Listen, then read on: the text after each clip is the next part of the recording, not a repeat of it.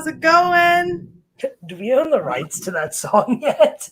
No, and I have contacted the people so many times, and I'm starting to get hate mail from YouTube saying that we can't be monetized because we don't own the rights to the song. Jesus. But they won't email me back. I'm like, I just want to buy 30 seconds of your song. That's it. Like, dude, yeah, that's it. Number. I just want to buy the 30 seconds. Like, quit fucking around, dude. Yeah, I know. Time is expensive. Time is money, and I'm glad the guy we got today is giving us some of his time because I feel like it's just some expensive time we're buying right now. It is. Anyway, without much further ado, I'm sure everyone knows our special guest tonight. We've got Billy on from Mutation Creation. Billy Rose. Billy Rose. Hey. What's up, man? While I'm waiting. Hey, guys. I'm the same, so. Yeah, right? What's going on? Not much. Halfway through the week. If you have a week, I feel like in this job, it's just kind of, it's a day. It's a day. Yeah. Something every day, man. Girl, I just had a girl drop a clutch. I didn't see her ovulate. I didn't like nothing. And she took a meal. And then now she's on eggs. And I'm like, yeah, what the fuck, man? Sometimes, I always say that there's a standard, but there's always the exception to that too, right? Like I have a girl that I didn't catch ovulate, and she started like nesting up. I'm like, man, I think she might be gravid. And I thought I missed her because I bought her off Kavolka last year. She laid in March of last year, so I figured I had missed her. And I'm like, well, hey, I threw a male in there. She locked. I was like, she's not gravid. And 9 days later, she laid a clutch. That's awesome. It's crazy shit, man. Yeah. I was like, you look it, you're acting like it. But when she locked, I was like, I don't know. But sometimes they throw you off course. Oh, always. Yeah. It's never the same. That shit's always keep you guessing. Yeah. Mm-hmm. Keeps you on your toes. Keeps you learning. And now a lot of things in the past, I never really, I just sort of, when I first started, I documented everything. When it peed, when it shed, when it pooed. I said, everything, little cue cards. And, then I started getting it where, I don't really need to do this. I don't really need to record that, especially when you start growing in size.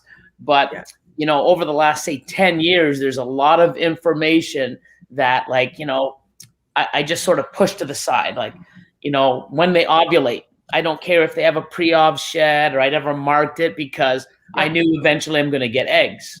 That's what I cared about, the eggs. And when they, 56 days later, the hatch date when I got the eggs, because it's not like I felt that I needed that type of info. But over the last 10 years, the amount of info and we call it data, would be so useful now to answer so many questions and to go back and utilize it towards other people, because people will call me. It's like, hey, Billy, it's 28 days past pre-lay shed. It's supposed to be 28 days. I'm on day 40. I'm freaking out. I'm like, yeah, what? I mean, I've had an animal go to 63. I know a guy that had 70 days after pre-lay shed. 28 days is just a number that we assign, or it's based on. Yeah, but I mean, it varies. I've had, ones go a little earlier. So having data, I could sit there and go, hey, you know what? Oh, here's the big range, and I can say, hey, instead of thinking, I think I had a female go late. I'm not really sure. Another big thing that people ask is if your female reabsorbs, when do they start building again? Do they have to wait like they did as if they laid? And I'm like, you know what? I don't know. I haven't documented that. Good question. I'm not sure. So now, especially with Husbandry Pro now, I've been documenting all this stuff and gathering the data. Now it's awesome. Scan, done, recorded instead of, because I used to write stuff down on pieces of paper or on the card. Yeah. And then it goes away, and it's like, okay, I know I wrote it somewhere, and you're trying to find it, and you just get so pissed off because it's like it almost drives you crazy because you wrote it down somewhere so you can find it later. But where you can't find it, you wrote it down. So. Yes. It drives you so nuts. I had a girl this year that laid 2 days after her post-ovulation shed. Oh. She shed out on the 31st and she laid on the 2nd. Like, it was just the weirdest thing. Like, I remember being like, oh, you're in shed. I'll have to document that when you shed out. She shed out. I went down 2 days later, opened the tub, and she was laying. I was like, now, did she have another one prior? Because I've noticed a lot that sometimes I've had a female before she yes. Yeah, so she did. She had one prior, I think it was 36 days prior to that one, and I had missed her ovulation, so I had assumed when she had it, because again she was nesting, I was like, okay, that's probably her post ovulation because she just went off food, she's acting like she's gravid. And then when she went into shed again, I was like, oh, I must have missed the ovulation in between the two, But this girl, too, she's, almost a 4,000 gram female. She gave me a clutch of 12 eggs. The biggest one she's ever given me is 19. So part of it, I kind of figured that maybe she was just so big. You had a clutch of 19? Yeah, all made it. 19 eggs, and they all made it. Yeah, that's crazy. The record. I mean, I thought I hit 14, and I was like, wow. And I think I've seen 16, but 19. Holy! I've seen 17. Yeah. And 19's crazy. Wow. Yeah, and I was surprised they all made it all the way through. All the hatchlings did great. And believe it or not, she's a Mohave spider female. She's like one of the only spiders that I have in my collection, but she throws beautiful babies and she throws big clutches. Like, you just can't beat it. Yeah, so why not go with that? She gave me 10 her first year, 12 her second year, 15 her third year, 19 her fourth year. Last year she gave me 9, and this year she gave me, I think, 11 or 12. So she's all over the place.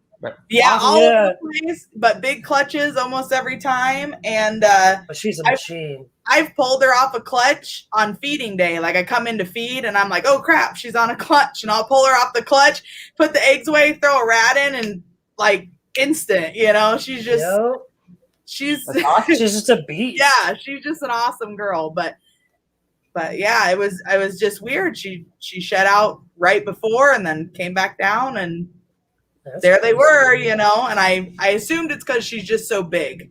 I assumed that she had gotten so full that she went into shed because of it, but who knows? Anyway, we'll kind of get started here. So I had a question for you, Billy. It's going to seem kind of like a traditional question, but I put a little bit of a spin on it. So I want to know how you got to where you are now, and not necessarily your process and how you bought your snakes in steps, right? I want to know, like, what did you go through to get where you are now? Because obviously you didn't just go out one day and say, I'm going to buy this big facility, I'm going to buy all these snakes, I'm going to buy all these racks, right? So what did you go through kind of personally, but even like working?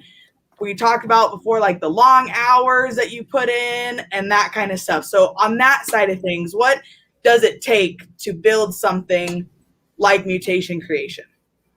There's so much. I mean, first off and foremost, you gotta want it. And when I say want it, you actually have to sort of love it, because you can't be. I mean, you guys have fairly big size collections.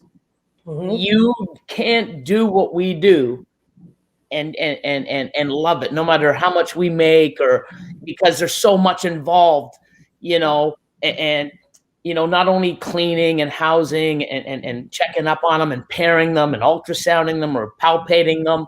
You got to take pictures. You've got to market yourself. You got to answer emails. Yeah.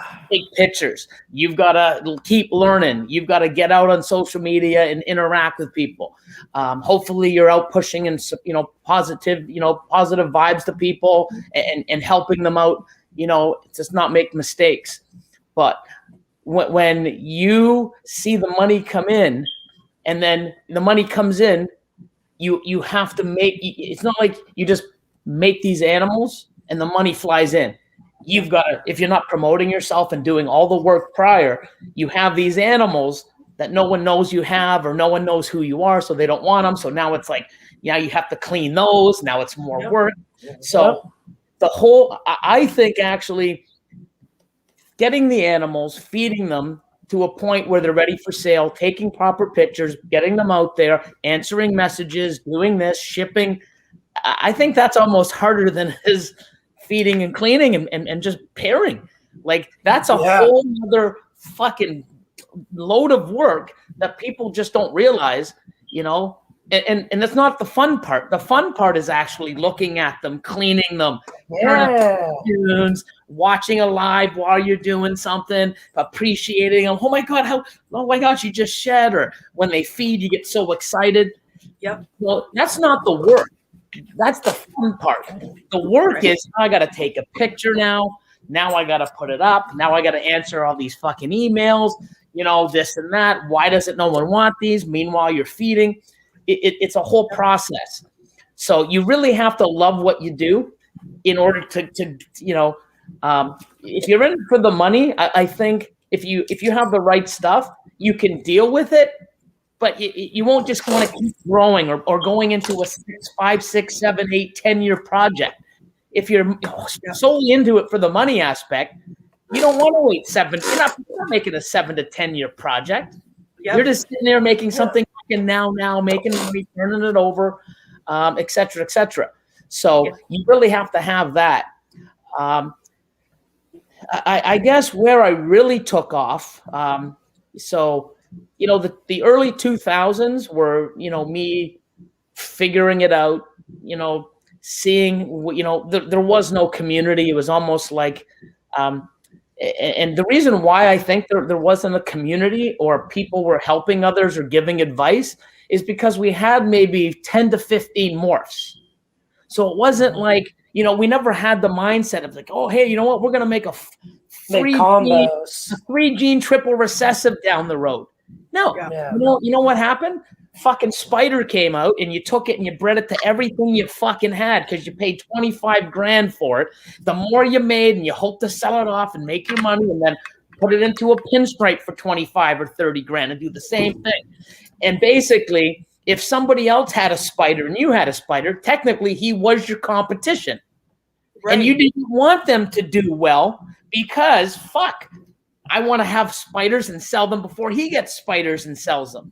Yeah. So basically, technically, everyone treated everyone like competition because, in fact, it was. It wasn't like, oh, I'm going to take this spider and put Orange Dream and like those even weren't around. You know what I mean? Yeah. So, you know, when pinstripe, spider, even pastel, cinnamon and black pastel, when those animals came out, it was like a fucking Pompeii. Like, oh my God, did you see the cinnamon? Oh my God, crazy! Fucking 25,000. My God, I can't wait. We were mind blown, and it was a fucking cinnamon or a pastel. And, you know, the stuff that you hit now, and you're like, that's a cinnamon. You know? Yeah. So, you know, getting to the point where, you know, we didn't have live streams. We didn't have social media. You would buy an animal. The person you bought it from, you were his, you know, competition. He'd sell you an animal, and you're on your own. You know, no one really helped, or they wouldn't guide you, or if they did give you advice, it was for you to fail. Yeah. You know, I had a lot of people like that because, you know, they took your money and they wanted to see you fail because they got what they wanted. They never saw, and even back then, I never thought we'd have, you know, like we have today. Like, you know, everyone's going to have a phone and we're going to take pictures and we're going to share it. What? No, that's not. We're going to do live streams and we can all be on a computer together and talk and help each other.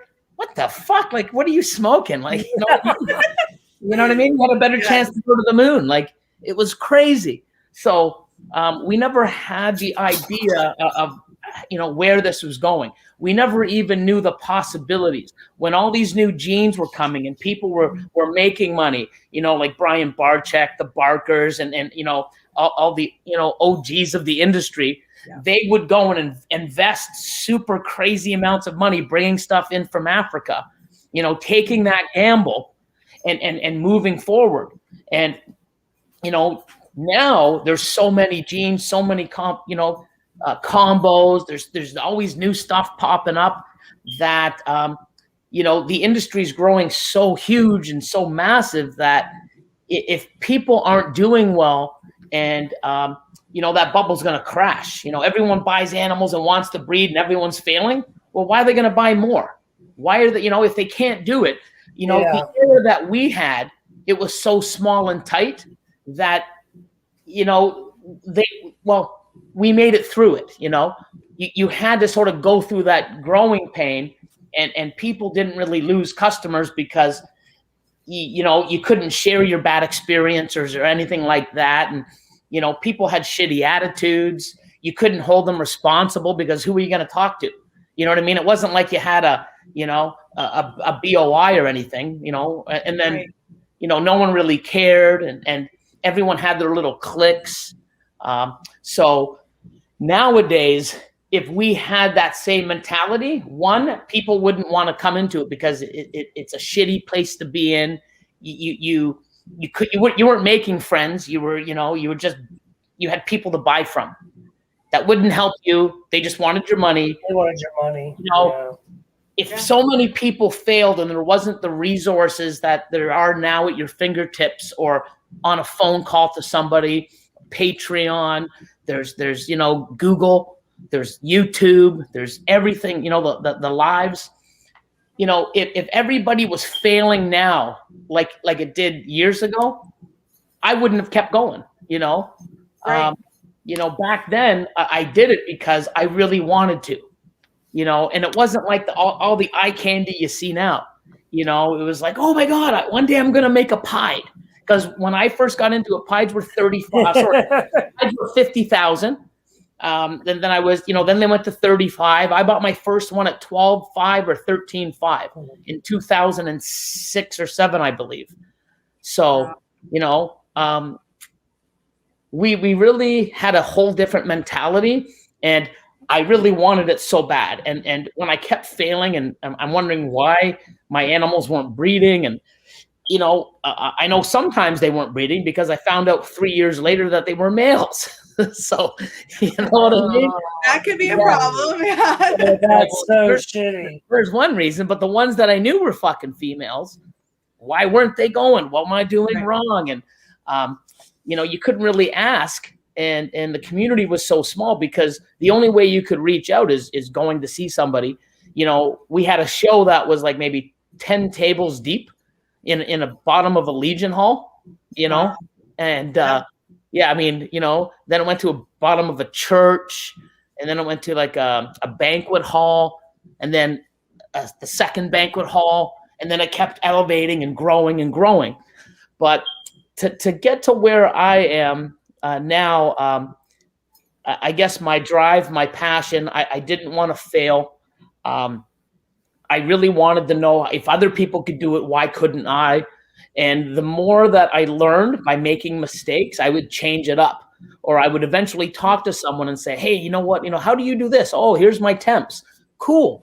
I would do that. I used to watch like Ralph Davis YouTube videos, and that's where I put my probe when I got my first ARS racks. Where does he put his probe? And you'd watch a video and it's like, oh my God, yes, there it is. And you'd go and duplicate, Right. And anything that you got was you were a sponge. I remember going to get the Reptile magazine and going, please, pythons, like fuck chameleons, God damn it, or Right. animal, like damn it, and you would do that, and but I guess when I started to do it, I believed in myself. I knew that I could do it. When you do something over and over, especially like 3 or 4 seasons, and you fail, it's like, why am I keep going? What am I doing? And I'm glad I said, fuck it, I'm going to do more. And at that point in my 3rd or 4th year, I started buying more stuff, even though I was failing. Yep. I wanted these cool animals, and eventually I would talk to someone and get more info and get little bits and pieces. And I eventually started buying, importing from the US in 2005, 2006. So I would reach out to some of the bigger breeders in the US, and Michael Cole is one of them. I would talk to him for fucking hours, and Doug Beard, and it was just awesome because they would give, because I'm some fucking little guy in Ontario or Canada. We didn't even really ship as much as we do now. So, I'm not even near competition to these fucking guys, with what they have. So I was no threat to them. So they would help me, and I would listen, and I would learn. I'm like, really? It's like, yeah. So I started, taking what they said and added this and taking this and trying it and doing this. And holy shit, they're eating better. Wow, they're growing. Wow, she's gonna get the breeding size. And you just started to figure it out on your own, because you just couldn't go watch a YouTube video. These are the signs. This is this, and you would get and then the books came out. I think it was the Barkers had a book, or and you'd go through the book and read on stuff, and oh my God, anything that you could learn and implement was something cool. And then when you started seeing progress and things actually happening, it was like, wow.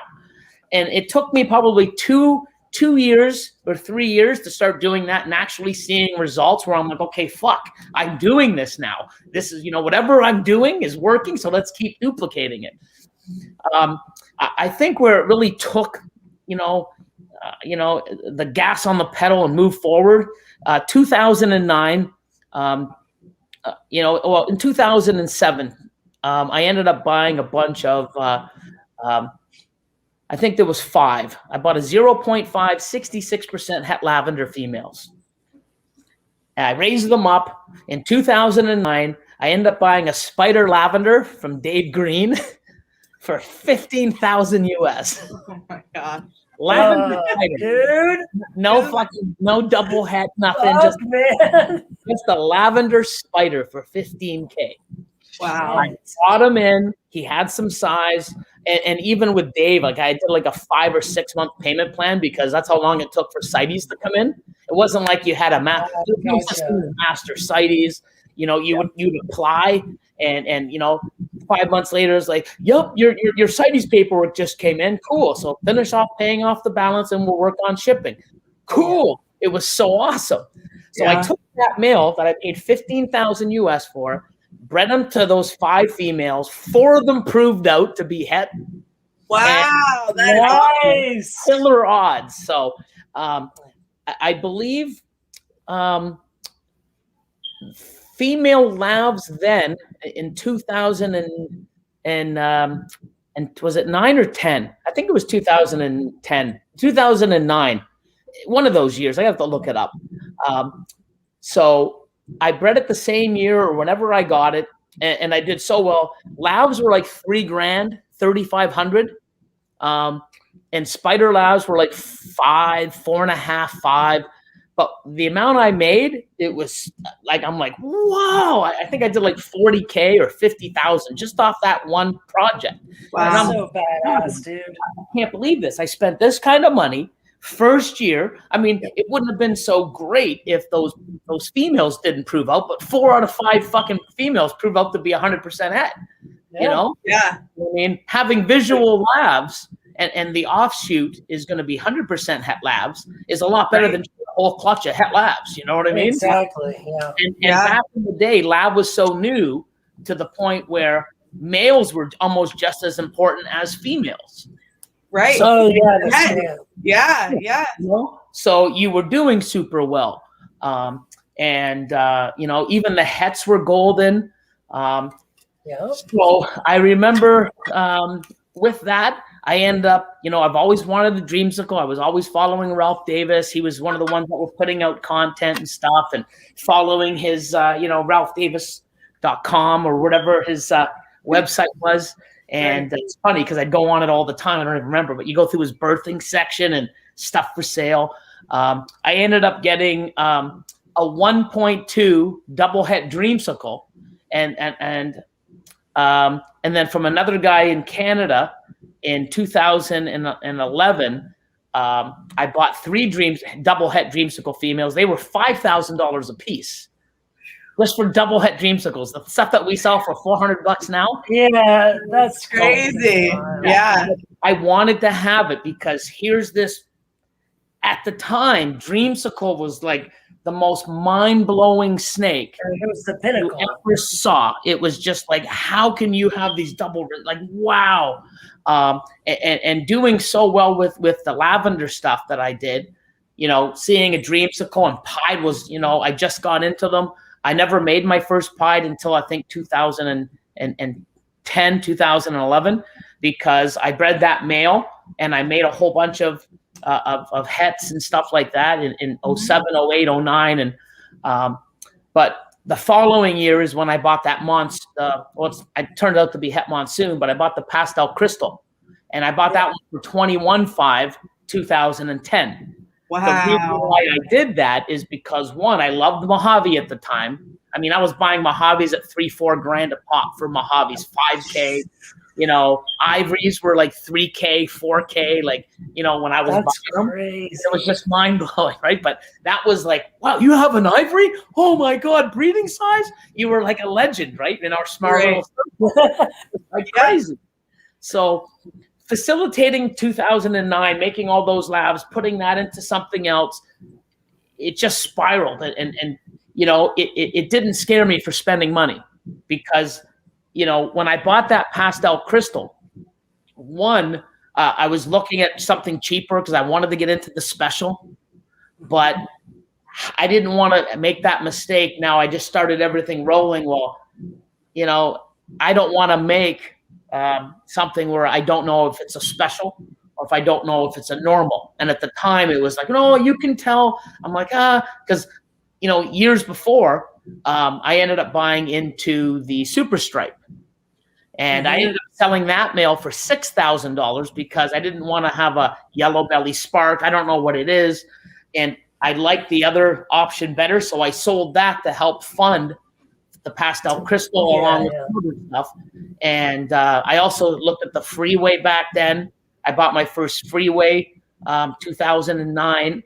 So all the money was funded into bigger projects. So everything I invested in at a higher level put me, you know, here where, oh my God, you got one of those? Holy, like you were one of 3 people in the group of that, you know, that you could talk to, because, you know, you would, you know, I didn't know there was people doing this, you know, all over the state. It was just, oh, you know, the back of the Reptile magazine. Oh, there's this guy. I didn't know how big. I didn't even know if it was that big back then, like now, where, you know, 5 people on your block could be ball python breeders. You know what I mean? It's that big of an industry now. But I kept investing in stuff that no one else had, and I liked, and big dollar value. It always paid off. The more I spent, the more I made in return. The more I could sell for higher dollars and start doing stuff, you know, and you know, it kept buying new stuff, getting into stuff. 2012, I bought a bumblebee banana for 35 grand. Oh, you know what? How much is a banana female? 10 grand? Yeah, throw that in too. 45 grand for 2 animals in 2012. So, you know, I wouldn't have done that if the 2009 didn't pay off, and you know, got me into the Freeway, got me into the Pastel Crystal the following year, and everything doing so well. It's like, I'm not afraid to spend money now, because if you know what you're doing, you have it down, and breeding isn't hard. It's just, you got to put in the work. You got to make sure you feed them. You got to make sure they're healthy. You got to make sure you're breeding them when they're ready. Everything else is pretty much simple. You know, you do your little bit of work, the reward comes in. So I knew, you know, through all the bullshit I went and my determination, and now, holy shit, I spent this and made this. Not only spent this and I made that. Fuck, you know, there's no cap on what I'm doing. Started investing in freedom, ARS racks, more of them, you know, and I just blew up. 2010, I'm like, fuck it, I want an ultrasound. Bought an ultrasound for like 10, 11 grand because they didn't have these portable little cool ones. It was the big ultrasound machines. Yeah. Yeah. So, getting me here was first proving to myself that I could do it. The want, and then the more I did it, the more I was determined to do it more. So the passion just fucking flew out. So wanting it, passion, putting in the work, believing in yourself, actually doing it. If I kept failing, I probably wouldn't have kept going. Oh, let me spend 35 grand on an animal when I've done shit with all the other animals I've got. It wouldn't have happened. So once you realize that now, and you believe in yourself, and then you invest, something that you were shitting your pants, like, oh my God, I can't believe I just spent 15 grand on a male. And then now it turned into 40. Yeah. Taking that first step, taking that first out of your comfort zone leap and into what you want to do, and you can't, I feel like you can't grow without pushing that limit, at least every once in a while. Yeah. And that pastel crystal that I bought, one of the reasons why I spent more, like I said, I was going to buy a combo special, because they were like a third of the price. Right. And it's like, this pastel crystal was the first one ever made in the world in 2017. It was a proven breeder. Fuck it, because basically what was told to me was, do you know what a Mojave looks like? I'm like, oh yeah. So you know how to tell the difference between a Mojave and a normal? I'm like, yep. He goes, and with this animal, when you breed it, everything's going to be Mojave or Pastavi, or special or pastel special. Right. That's it, because it's a super. It's an allelic animal, acts like super. Yeah. So if you know how to distinguish Mojave from something else, then you know the other ones are special. Right. 100%. So I'm like, so I can't screw up. I can't fuck it up. I can't sell animals for $3 grand and 2 years later, Billy, hey man, that's not a special, it's a normal. Oh my God, sorry. There's no way. Keep an animal back, right? Like you're like, I hit the pastel special. Oh my gosh, this is the animal I needed, and then you breed it, and it's a pastel or normal. Yeah. So that was another thing at that time where I'm like, you know what? It's almost better for me to spend the extra money to get this animal, because I didn't want to have that like spark and specter yellow belly thing. Oh yeah, the yellow belly. Yeah, so I got rid of that, and I didn't want to get into. I just got out of that project to get into another one, to not know what I have. I just started, making a name for myself. So I didn't want to have it where, oh fuck, I made a name for myself and I just lost all my credibility because I fucked up selling animals at high dollars. So I jumped on it and I bought that animal, and I did very well the very first 2 years. The very first year with an ultrasound, I had 13 clutches from him, and I did 12 clutches the next year. So 25 clutches in 2 years with that one breeder male and an ultrasound. Wow.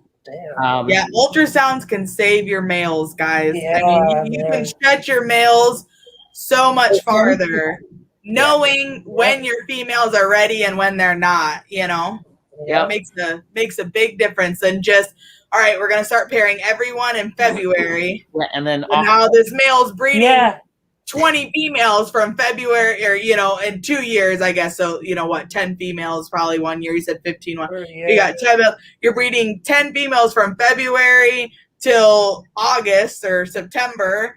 He's sucking. Maybe 5 of them go in March, and the other 5 don't go till July, August. You just wasted all that. Yep. All that power. That male is sucking.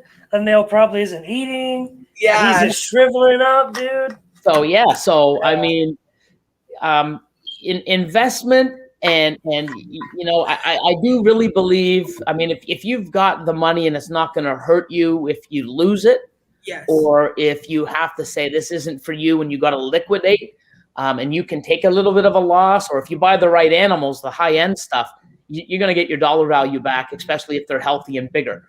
If you don't, when most people don't, I didn't come into this with money. I came into this with hope and a prayer. A lot of failures. And then when I did finally say, hey, you know what? I believe in myself. Let's do this. I've got the females ready. Let's get this male. And that just spiraled, and I haven't looked back. If you don't have that money to invest in, or or if you have the money to invest but you can't afford to lose it, I would really wait until you have that confidence in yourself. You've done it. You know, yes. your equipment's working, and then you know, I asked a few people when I talked to them on the phone. It's like, what's one thing you would have done differently 3 years ago? I would have bought more fucking animals if I knew. Yeah. You know? And we all do. I wish I had twice as much. I was gonna say, even knowing, right, that 10 years ago you were paying $13.50 for a crystal, right? You would have bought more of them at that price just to have the ability to have more now, right? I do, right? I mean, right. Now it's like, you know, everything I've done, and now, I mean, I spend, you know, some high 5 figures on some males and stuff, because I know that it's going to get my return. I've already got animals for it. Right.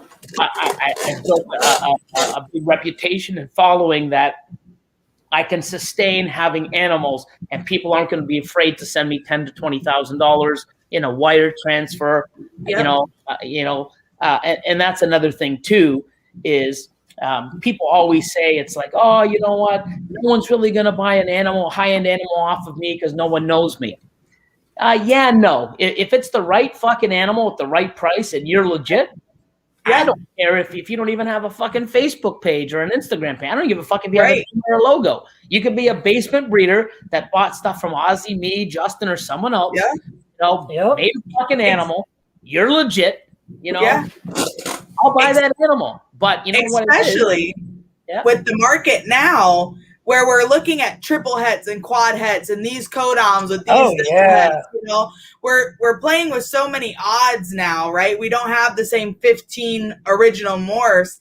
That projects are so animal specific now that if it's that animal that it has everything you wanted, I'll pay more. Exactly. Yeah, exactly. You know what I mean? If it's that one that you need, it is what it is, you know, and the price is what it is. That's the animal that you needed.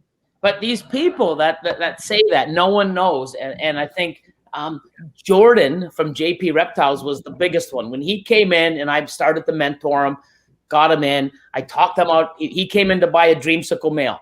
I told him he's not, you know, I don't want to sell it to him.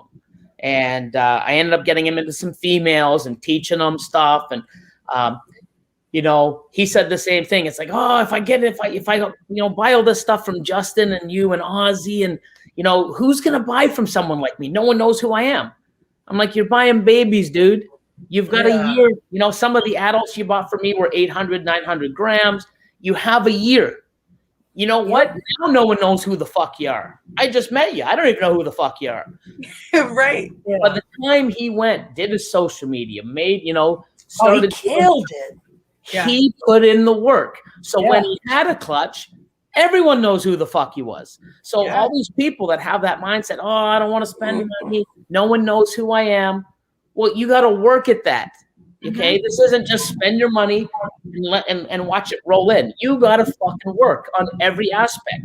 Learning to be a better keeper, breeder, you know your snakes, get in a routine, learn how to buy, you know, get involved with the community, you know, brand yourself, get out there. It's a lot of work. And he's a great example because he fucking did it. He put in the work. He put in so much work that he's got more fucking Instagram followers than me. But he could have bought some too, right?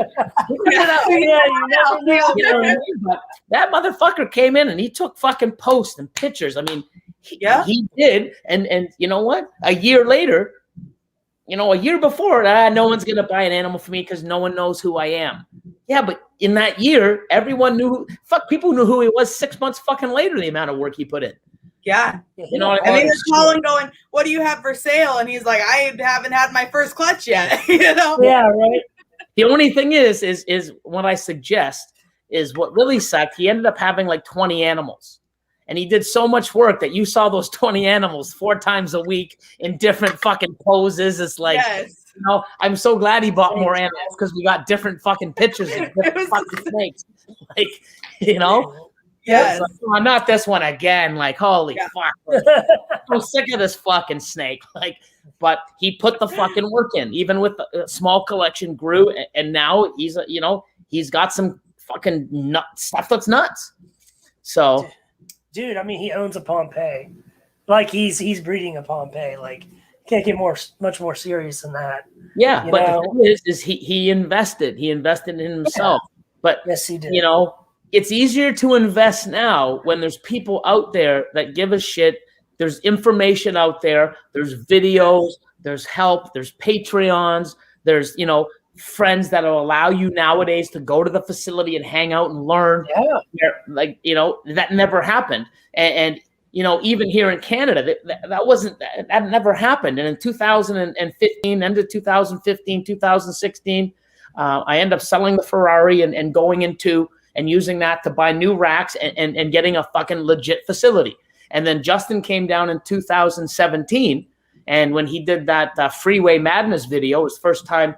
Actually, it wasn't the first time I met him, but first time I've ever had someone. Big in my facility. And he's like, why did you do a facility and stuff that wasn't on your house and stuff like that? And it's like, well, one, because I want to have people come in and learn and see what they can do. And that's just how I was. And he's like, that's pretty cool. And he even did that in the interview, in the video that he had called Freeway Madness. And it's just, I just wanted to have that where people could come in and learn, because back in the day, you met at a fucking gas station or the Tim Hortons coffee shop. No one wanted to know where you fucking, like, you're not knowing where I live. You're not coming over. I ain't showing you shit.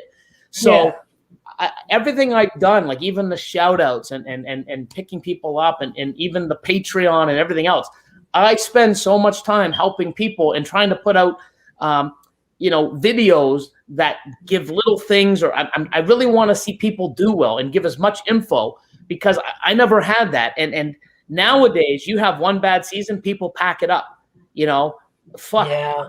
I struggled for fucking 5-6 years. And what the fuck am I doing? Why isn't this happening? Why is this one dead? Oh, this guy ripped me off. Oh, wow. I took my pie to those het pies. I grew up 4 years. Oh, no pies. What the fuck? Fuck. Oh, well, got fucked there too. Like, you couldn't hold anybody credible, because who are you going to call? What are you gonna complain to? The fucking, kingsnake.com, like, Right, yeah. It was horrible. A different world. Yeah, so now, you know what? You screw someone over, everybody you're gonna be accountable. Right. Yeah. You gotta be you gotta take this and work on customer service. You gotta be out there on social media. You gotta be known. You've got to work. You don't just spend money and watch everything. Like, you really got to put work in. And if you love what you're doing, it's not really work. Like, I want to take better photos. I want to do more stuff. I mean, I put a lot of time into Patreon and stuff. And I was supposed to have hold on. Let me text somebody right now. I was supposed to call him back. I was supposed to have a call with him. See? It's probably that's me going, hey, Billy, man, I see you on a live, but you couldn't. Right. And I'm on your Patreon, you piece of S. No. Oh no. Hold on, sorry guys, 1 second. Oh, you're good. It happens. This is what we're talking about, guys. There's so much involved in all of this that it kind of just melts together after a while. It's easy to. Especially have little things like that overlap and different things happen. Especially with the social media and marketing. That shit is like... Man, I can't tell you how many people have messaged me, and I'm like, hey, I'm really busy right now. I'll answer that question when I get a minute. And then I go back looking through my messages like a week and a half later, and I'm like, I never answered this question, I'm bad for that too. So I've got things now. So right now I have like Morph Market, and then I had my website where my lower end stuff it's not feasible to sell a $300, $400, $500 snake into the US and have someone pay $200 to $300 to ship it. Yeah, of course. So, that's on my website. And then I have another thing that I do sales on and stuff. So I've got all these different selling sites and different emails. So now on my website, Now I just use, when you go under snakes for sale, it'll give you 2 options, morph market and available. If you hit available, it goes right to Husbandry Pro, my Husbandry Pro store. So now everything is going through there. And even all my stuff on Husbandry Pro, I just do an upload to morph market. So now I have 2 streams. Everything's operated and funded through Husbandry Pro. Well, not funded, but linked. It runs through, you know, so now I have it there, because on my website, I have a list, like an Excel sheet. So if I sell something on Morph Market, I got to go in and put it on hold, go into the Excel sheet, go in and mark hold, or, you know, sold to this person. Oh, how did I email them? Did they hit me on Instagram? And then you're searching. I have so many platforms that I'll go there and I'm driving, or I shouldn't say this, but I'm driving and I look and I'm like, I can't answer it, but I'll look. So I go back and I go out and I hit mark unread. And then I do that so often that I have 20 or 30 mark as unreads. And by the time I get to them, it's 4 days later and I've already got 100 unmarked plus the new ones in, and I never get around. I do have somebody that does answer my my emails for when people inquire about animals and stuff. Named Amber, and she's out in out west in Canada, and she does that. And I'm probably going to bring another person on. And Catherine really helps me now with, you know, taking, you know, pics and getting stuff organized on Husbandry Pro. And, you know, we're going to sort of streamline it now where I don't have all these things and wonder where I am. I'd rather have like 3 or 4. And then if I go to 1 or 2 and it's controlled. But I mean, I'm bad getting the messages and stuff, or, you know, I'm about to go on a message and I see some other ones. I'm you know, oh, let me go on a message buddy back. And then I go and it's like, oh, then I get into this and then I get a phone call and then I'm like, why did I get my phone in the first place? Oh, I don't know. You put it down. Dude. It's crazy, right? I don't know if because I'm 51. I'm like, you know, have you done that? You go and get, it's like, or you go into the hatchling room and it's like, hold on, every day, all the time, constantly. Okay, so it's crazy. Like, okay, hold on, why did I come in here? And then you sort of walk back and you're like, and you look at your phone. No, I wasn't looking. Why did I come in here? It's stupid. We call it like the invisible door. So it's like when you walk out of a room, the invisible door stops all your thoughts. Like your thoughts stay in that room. Room. When you walk out of the room. Because it seems like, you know, you're in the, like, I'll be in the snake room. I'm in the zone. I'm like, okay, I got to go do this. I'll walk out and I'll be like, what the fuck was I going to do? What the hell did I walk out here for? I mean, I'm a sticky note. I'm a sticky note queen. Like, I have sticky notes all over my house. There's a pen and pads of sticky notes. And when I think of something, I will literally write it down and just stick it on the wall wherever I am. Because I'll know that I'll go back through later and you know, double check them. It's just like a reminder. I'm the same way, and then it keeps adding up, and then I scratch some off, and then I add to another one, and I keep making this. I've got lots. I've actually come down quite a bit. But another thing I do is if there's somebody that I see or there's a video that I want to watch, I screenshot it. Yes. But then I've got to go and actually have time to go back through my screenshots. And, you know, I did a screenshot here of, you know, Kayla, because she did that live with Tony the night that I had my my live on Monday night. So I didn't get to watch it. So I jumped into her live and I'm like, oh, so I screenshotted it to know to go watch her video.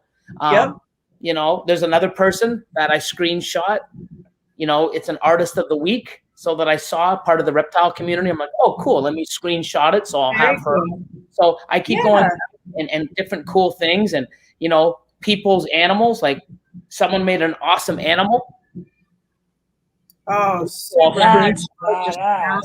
you know, pastel black, blackhead yellow belly. I'm like, cool. I like the way that looks.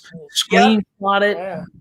You know, stuff I need to do, and I'm always doing this, but now I have to have time to go through there and look, what was this for? And sometimes I go back like a month later, I start looking for something. I'm like, oh fuck, I remember this. Why didn't I ever? There's never enough time in the day to do everything, man. No, it's crazy. So Especially if you're a one-person show. And screenshots, man. Sticky notes and screenshots. Yep. That's life. Yeah, like I said, I stick them to my actual wall in my house. So if we have guests come over, I have to like run around and like take all the sticky notes off my wall. What's good about sticky notes? They stick to each other, so you can pile them up and stick them. Yeah, it looks like it's so crazy, but I never remember to go back and look at the pile. But if I see it like stuck to my fridge or stuck to my bulletin board, it's like a reminder. Like I'll just turn and be like, oh yeah, you know, I got to remember that. Or, you know, but yeah, it looks crazy. But I mean, it's just, you got so much going on sometimes that it's little things like that can help, you know, at least try to steer you on track. I don't know if we're ever really on track. There's always that quote, right? That's like, how do all these people get their ducks in a row? Because I have squirrels running in my yard, you know? Yep. That's how I feel sometimes. But yeah, there's no like set work schedule, you know, like my old man's a welder. So every day he goes into work, same time in the morning, gets the same equipment, same shit, same place, does the same job. So, like, you know, and we don't have that. We don't have especially with working with live animals, because they're going to eat when they want to eat. They're going to dirty their tub when they want to dirty their tub, and they're going to lay when they want, and it's whatever works for you. And all that stuff, you know. So it's not consistent. But anyway, Billy, we'll head on a little bit to the next question here. This is a really good one from Brandon, but he had, what is the most important word in your vocabulary and why? Most important word. Yeah.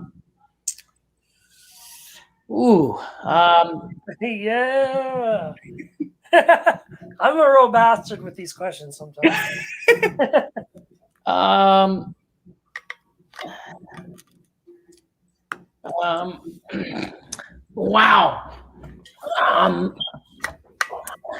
Yeah, that one's tough, huh? The most important word, you know, positivity comes to mind, but it's that's just a part of me. It's not really something that you know.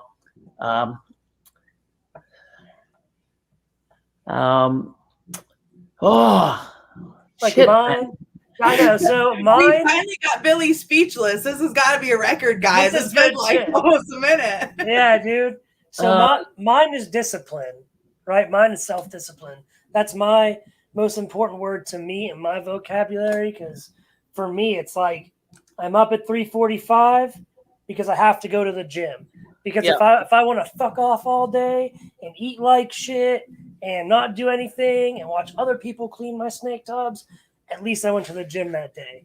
You know, like I need to always, every day I need to be taking a step forward in some aspect of my life, whether it's my, you know, job, whether it's physical fitness, my mental health, whatever it be. I need to always take that step forward. And it takes a lot of, because of what we do, like we were just saying, it's so much. I don't sleep, man. Like, you know, we just work a lot. So it takes a lot of discipline for me to do that. That's why for me, discipline is like my most important word in my vocabulary. I'm going to say need. Oh, that's a good one. Need. Okay. You know, there's a lot, like I'm very positive, even though, you know, I stray and I bring back, but I'd say I'm 85% positive.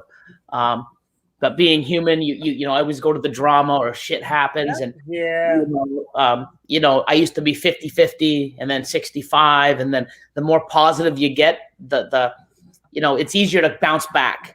When you're 50-50, you're like, you don't know which way you're going. You could crash and burn. Or when you're at here, boom, you know, something hits you. Yeah, you know what? You smear it off and you keep moving. But I'm going to say need.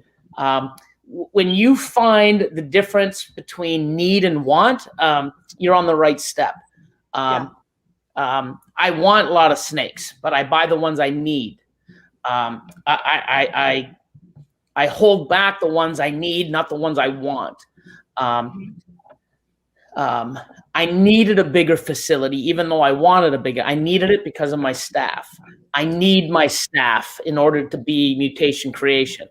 I want Mutation Creation, but I need my staff in order to be where I'm at and having all this extra time. You know, need is so strong because you need to have passion. You need to have time. You need to have patience. You need to have money. You need, not need like that, you moron. Eat a dick, Chad. Eat a dick. Yeah. So I think need and want. I mean, if we all have wants, but if you can differentiate between your wants and your needs, you're on the right path. And you know, there's a lot of stuff you need. You need time. You need passion. You need to learn. You need to keep, you know, you need experience. You need everything. So to me, it's need, because I think that's very important for me and where I'm at, and differentiating between, you know, need and want is huge, because we all want everything, but do we really need it? Yeah, you know? I like that. And especially, you know, when you're growing, right? And I know, Billy, you mentioned earlier, like you sold your Ferrari to invest into the business. The Ferrari was a want, right? You wanted to own a Ferrari, you know? But you saw the need to grow your passion. And the way that you could do that, right, was to give up a want for a need, right? Yeah. And in a way, when you're working all the time, yeah. And, you know, the only time you enjoy it is going to and back. Like, you know, I didn't really have time to enjoy it. And when I did enjoy, it's like, well, you know what? I mean, I want both. But and the thing is, you know, I gave that up to have this, and I have not regretted it, even though I missed the fuck out of it and I want it. And, you know, I am nicer soon. I've been looking. I actually looked last year. I almost did. But the facility came. So bye-bye want and hello need. You need to see the difference, because I would still be crammed in with Mia Lyon and now Catherine in the old facility. We still would have done well, you know, but I would have had something I wanted instead of something I needed and we needed, because I think the new facility is better for the team. It's better for everything. It's better for us moving forward. It's a need. And you know, it's a want, but it's more of a need. Right. And we talk about that, you know, Brandon, we've talked about this with us just getting started. Yes, we're growing organically, but we're also trying to grow rather quickly, because we would both like to make this our full-time thing. Right. And there's a point where you need a certain size collection to kind of make that happen, at least in my opinion. Right. And so, you know, I talk about all the time, people want to come over and they want to see the collection, which is great. You know, I love inviting people over, but I let people know, like, my whole life is in this room. Like, I don't have a nice car. I don't have nice furniture. I don't necessarily have the grandest house either. Right. I'm like, everything that we put into the business, you know, and I'm not saying we go without things that we need and things like that, but sometimes it is putting off buying that new fancy car or moving to a bigger facility before you need it, right? You can always move into the grandest facility, but I mean, Billy, you've even talked about it. If you could buy a Freedom Breeder rack, but if all you can afford to put in it is normals, you're not ready for it. You're not ready for it yet, you know? So there's that, you have to find that difference between, just like you said, that need and that want. I think that's awesome. I wouldn't have thought of that. I like that a lot. Yeah, that was a damn good one. It's not hard as fuck, dude. But I mean, you know, positivity to me is huge, and there's a lot of stuff out there. When you take the blinders off and open yourself up to newer things, and just don't be judgmental on everything. Like, I'd never do that. Have you tried it? Nah. How do you know? When you start opening up your horizons and different things, trying new things, after you do it, then you can decide if you like it or you don't. Yeah. So I'm not into that. I won't do that. I'll never do that. Well, yeah, you'll never do it. You'll never try. But what happens if you did and it was the best thing? It could change your life. Yes. So there's so many things that I'm open up to where I do, and I see other people do things. I'm like, that's so stupid. Like, you know, Austin would like fucking write stuff down and talk to the fucking eggs and, you know, tell the stuff he loves them. I'm like, you know, but it was all positive. I'm like, dude, like, what the fuck? Like, that's so ridiculous. Yeah. And you see me doing shit like that and looking into other stuff. And, you know, when Black Sun Reptiles was on, you know, positivity and thinking and putting it. I mean, there's books on this. There's a science on it. So it's not just stupidness that people, oh my God, that guy's locked them up. That guy's sort of, no, there's really stuff behind it. And you believe it or you don't, but you open your mind up and reading and stuff like this and taking breaths and even, you know, doing yoga or meditating. Yes. You know, I've never done yoga. I've never meditated, but do I want to? I'd like to try it when I have time to see what it does. If it's not for me, or hey, you know, if you open up your mind and you open up your opportunities to do things, then when you do them, you say if you like it or not. You don't say it before you've tried it, because how the fuck do you know? It's a mind thing. You're blocking yourself from so much. And I'm guilty of that on a lot of things, like, you know, especially food, you know, oh, fuck, you know, I'll never eat that. Oh, yeah. What the fuck? But 25, 30 years is like, fuck no, never, you know. Yeah. You know, so much in your life stems from your mind. You know what I mean? You could take almost any negative and kind of spin it around, right? And of course there's certain situations, but if all you ever focus on is the bad, you know, things will never look good, right? If all you ever focus on is the bad, and I say that too with people that are growing their collections, if all you ever focus on is what could go wrong, everything will go wrong. You know, it will always be, you'll never be able to see the things going right.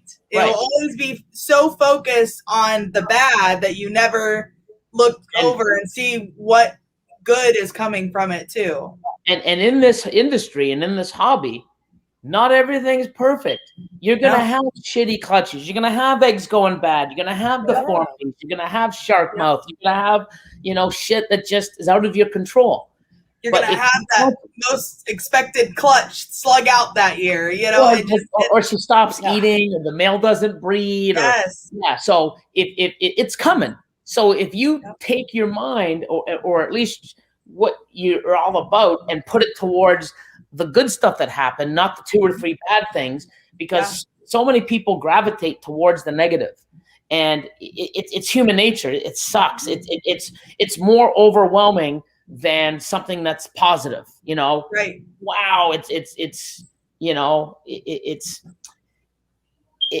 sort of controls you more. It brings you in and it keeps you there in that slump. But if you look at all the positive stuff and then you have a little bit of negative, it's like, wow, I got so much more positive than the negative. It gives you something to grasp onto. You know, and then you're going to have a season where fucking everything is horrible. You lose everything. Yeah. The unfortunate shit in Texas, stuff that happens with malfunctions and equipment, or just like, wow, you know, shit happens. It's hard to bounce back when you don't have anything positive too. That's just self-perseverance, you know, what's the word? Perseverance. Perseverance. Thank you. You know, because sometimes you're going to have the whole world crash, and it's like, you have nothing to grab. Dude, it's nothing positive to grab, you know. But you know, if you do persevere and move forward, you know, if you keep getting slammed and slammed and slammed, you're either doing something wrong, or you did something really bad, and karma's coming at you. But you know, you really want to levitate towards the positive, towards, you know, instead of going towards the little negative stuff. And the negative stuff's always going to happen. You just want to make it so that you have more positive things happening in your life than negative. The negative. Yeah. 100%. So you kind of touched on it, Billy, about, you know, keeping an open mind about things, right? So a lot of that comes to education too, willing to try new things, willing to learn new things. So education is a lifelong process, or it should be for most people. So what is the most educational thing you have learned in your life?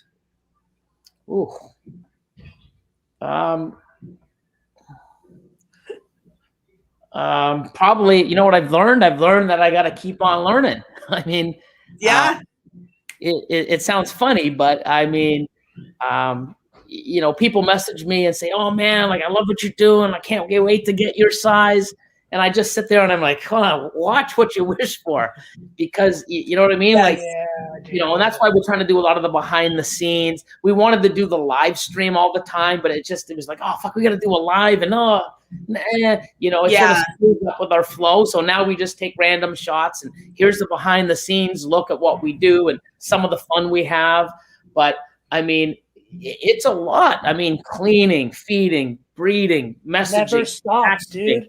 Learning, get on stuff, podcast, Patreon, you know, buying animals, trying to find what I want, messaging people, helping people, making phone calls. There's so much. So you really got to grow into where you want to go. And like I said, if I didn't have the team I had and the awesome, you know, people that have got me to where I am, I'm free now to do stuff like this and Patreon and take that whole new, you know, avenue of what I wanted to do and what I've created. And I got so much more coming. I can do that because I have a team to support me. If I didn't have them, or I didn't trust them, or they weren't a good fit, I probably wouldn't have opened up the big facility. I probably, you know, would have downsized or just stayed at 150 clutches and had stronger clutches instead of keep growing. I wouldn't have got into the Patreon to the point where, hey, my time can't go to you guys. It has to go to me. You know what I mean? And you know, I'm here and I've done what I've done because of my team and because what I've done, but it's a lot of work. You really, I mean, you'll see that having clutches and then trying to sell them. I mean, you'll see that when you do this first full circle, you know, it's like, wow, my pictures suck. Now I got to learn to take better pictures. Oh, my social media presence sucks. I got to do more. And, you know, I myself still need to work on my social media presence. Oh, but you're everywhere. Yeah, but, you know, my stats don't show it. I'm slacking here and stuff like this. And, you know, putting stuff up for sale. People call me and it's like, I'm like, oh shit, I sold an animal 2 weeks ago. I got 10 messages from it. And it's like, oh, sorry, I forgot to go on Morph Market and take off 5 animals. It happens. There's always something you're going to screw up or not have time to. I was supposed to have a message on a private call with one of my Patreon members. Fuck that up. Like, you know what I mean? It's like, wow. It's constant. And I want to be better and I want to do things, but you got to keep learning and getting better, more efficient. You know, like even now, trying to get everything out, 2 funnels, 2 methods of sales, Morph Market, Husbandry Pro, you know, on my website. And you can get to them both from my website or each individually. So now streamlining it. Maybe one day it can be just one. You never know. So you got to work on changing things, being more informative, being more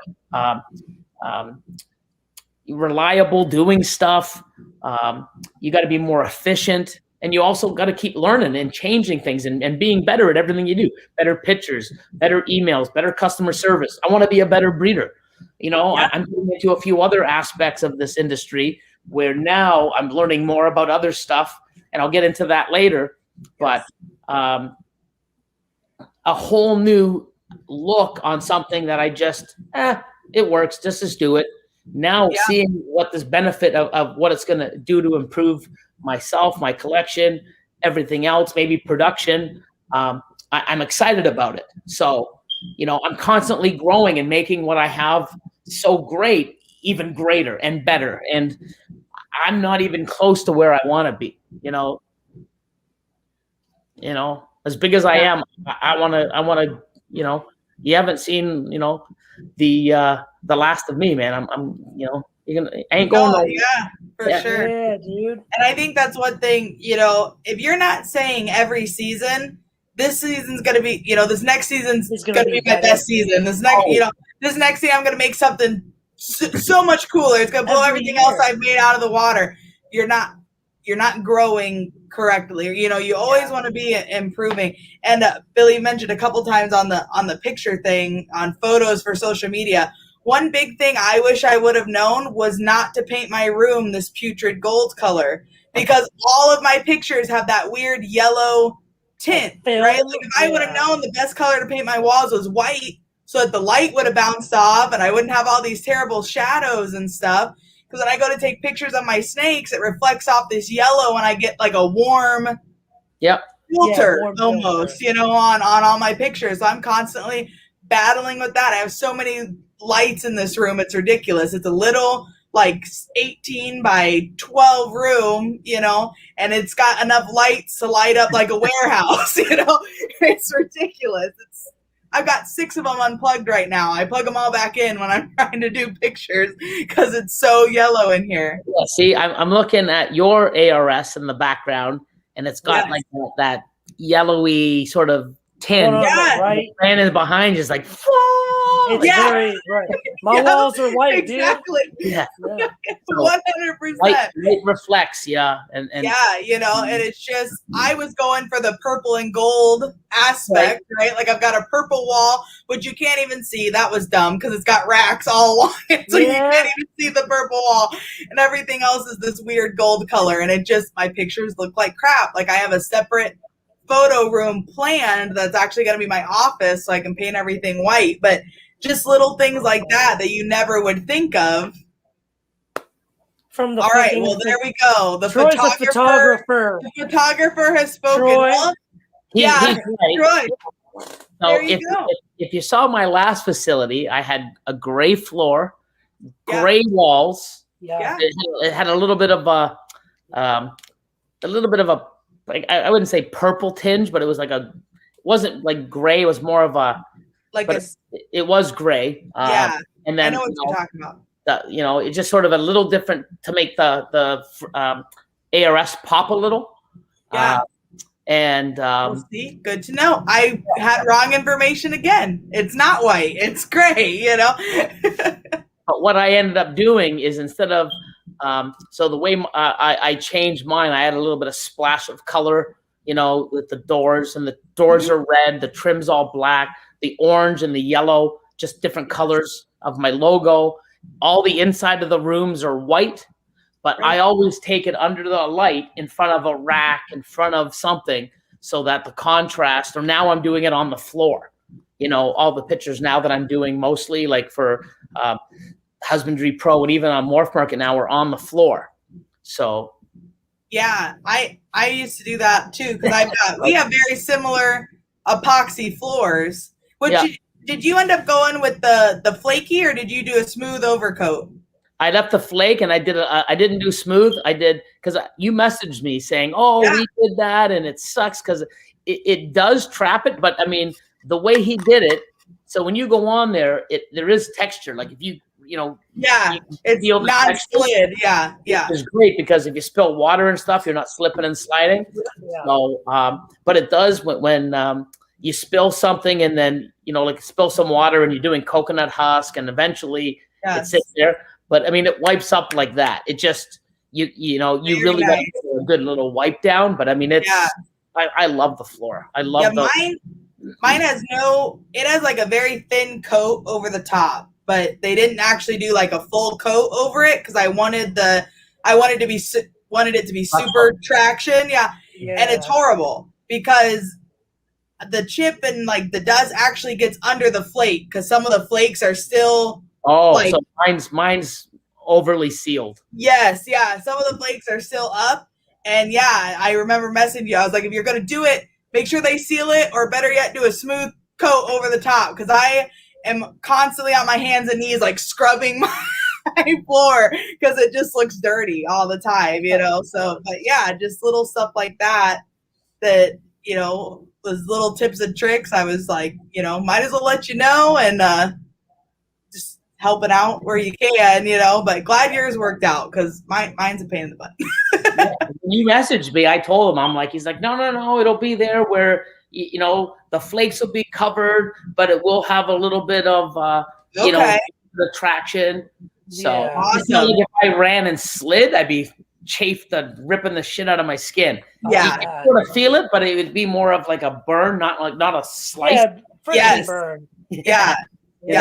Mine's got quite a bit of grip to it, but they did the garage style floor, which I guess has more, I don't know. But anyway.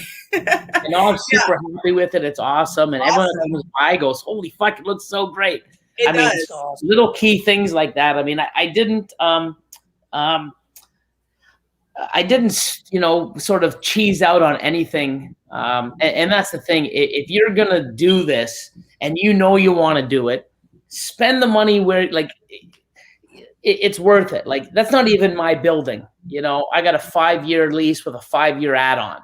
Yeah. It's not even my building. And I spent a fortune on not my building because I'm there for 10 years. So, you know what I mean? Like, the money that I put into it, like the floor, the walls, the ventilation, the electrical, the glass doors. Yeah. The what do you call it? The drains in the floor, the color. I mean, I spent about $8,000 just on the painter and paint. Yeah. But it's the best paint. It's high gloss. It's humidity. Even my tiles in each room, they're food grade tiles. They're not just drop ceiling tiles. They're actually like drywall with a 1/4 inch of not a 1/4 inch, a 1/16th of an inch of I guess it's vinyl, where it's hard. It's a restaurant grade, so it doesn't mold. You can wash it. You can get it wet. It doesn't hold grease. So it's kitchen grade, high end. It cost me a fortune, but guess what? You mean it'll never stain, it'll never smell, it'll never leak. You're investing in quality. 100%. Yeah. So and because it's so thick, it's drywall with something else. Like each one, it's like, oh my god, it's so heavy. I had to reinforce the drop ceiling, the beams. I had to reinforce that, higher grade this. So it cost me like 3 times as much. But you know what? I don't need insulation. It keeps all the heat in and the cool out or whatever. It never stains. It'll never mold. I can wash it if it gets dirty. Yeah. It's awesome. And do things right, like the floor. I'm so glad I did the floor. And little things like, we pretty much keep those glass doors open all the time. But it just looks fucking so sick. It's like, you know what I mean? So yes, little things like that. Spend it in yourself. Like that's why when I did the facility and I'm doing different things, and even that wallpaper that I just put up, little things like, what do I need to? No, that's more of a want. I needed it because one, when I come in there, I want to be proud of what I've built, and I'm there all the time, and I want you got to work there. Yeah. So I want it to go over the edge. And, all these people, it's like, oh, you guys just care about money. Well, if it is, why did I just spend all this? Why am I doing all this extra? Why, right. I would have just a warehouse gutted with the bare necessity. Exactly. I keep putting it in, new racks. I didn't even need the racks, but I got them anyways. Whole new ones, paid more. Here you go. New this, new that. Because I think I love putting, what I've made back in. It helps me. I like seeing like, wow, if I was the same place I was 10 years ago, I'd be like, why am I doing this? Like, you know what I mean? Like, right. Need exchange. And I love to see people going, hey, Billy, I just got my first ARS racks. Hey, I just got my first professional incubator.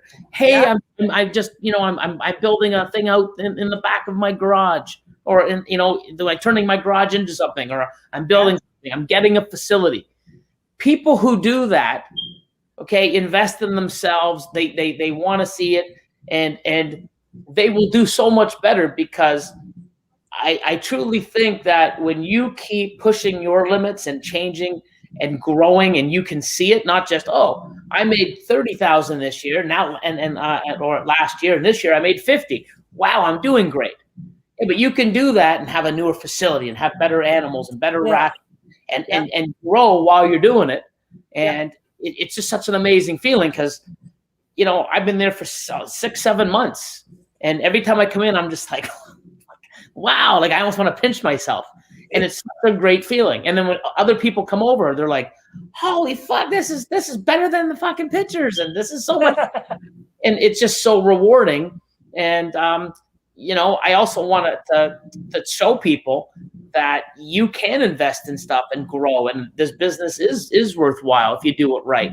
And there's nothing wrong with reinvesting into the business. I think if you don't, you're going to sort of see where, you know, you're working out of a place where you're jammed. You're working out of a place where it's like, I can't keep this, you know, because I don't have the room, you know. Well, you could have if you think ahead, or you put your money in and invest into something else. And, you know, I do believe that at a certain point, upgrading your fixtures, upgrading your equipment, upgrading your facility, you know, is something you need to do.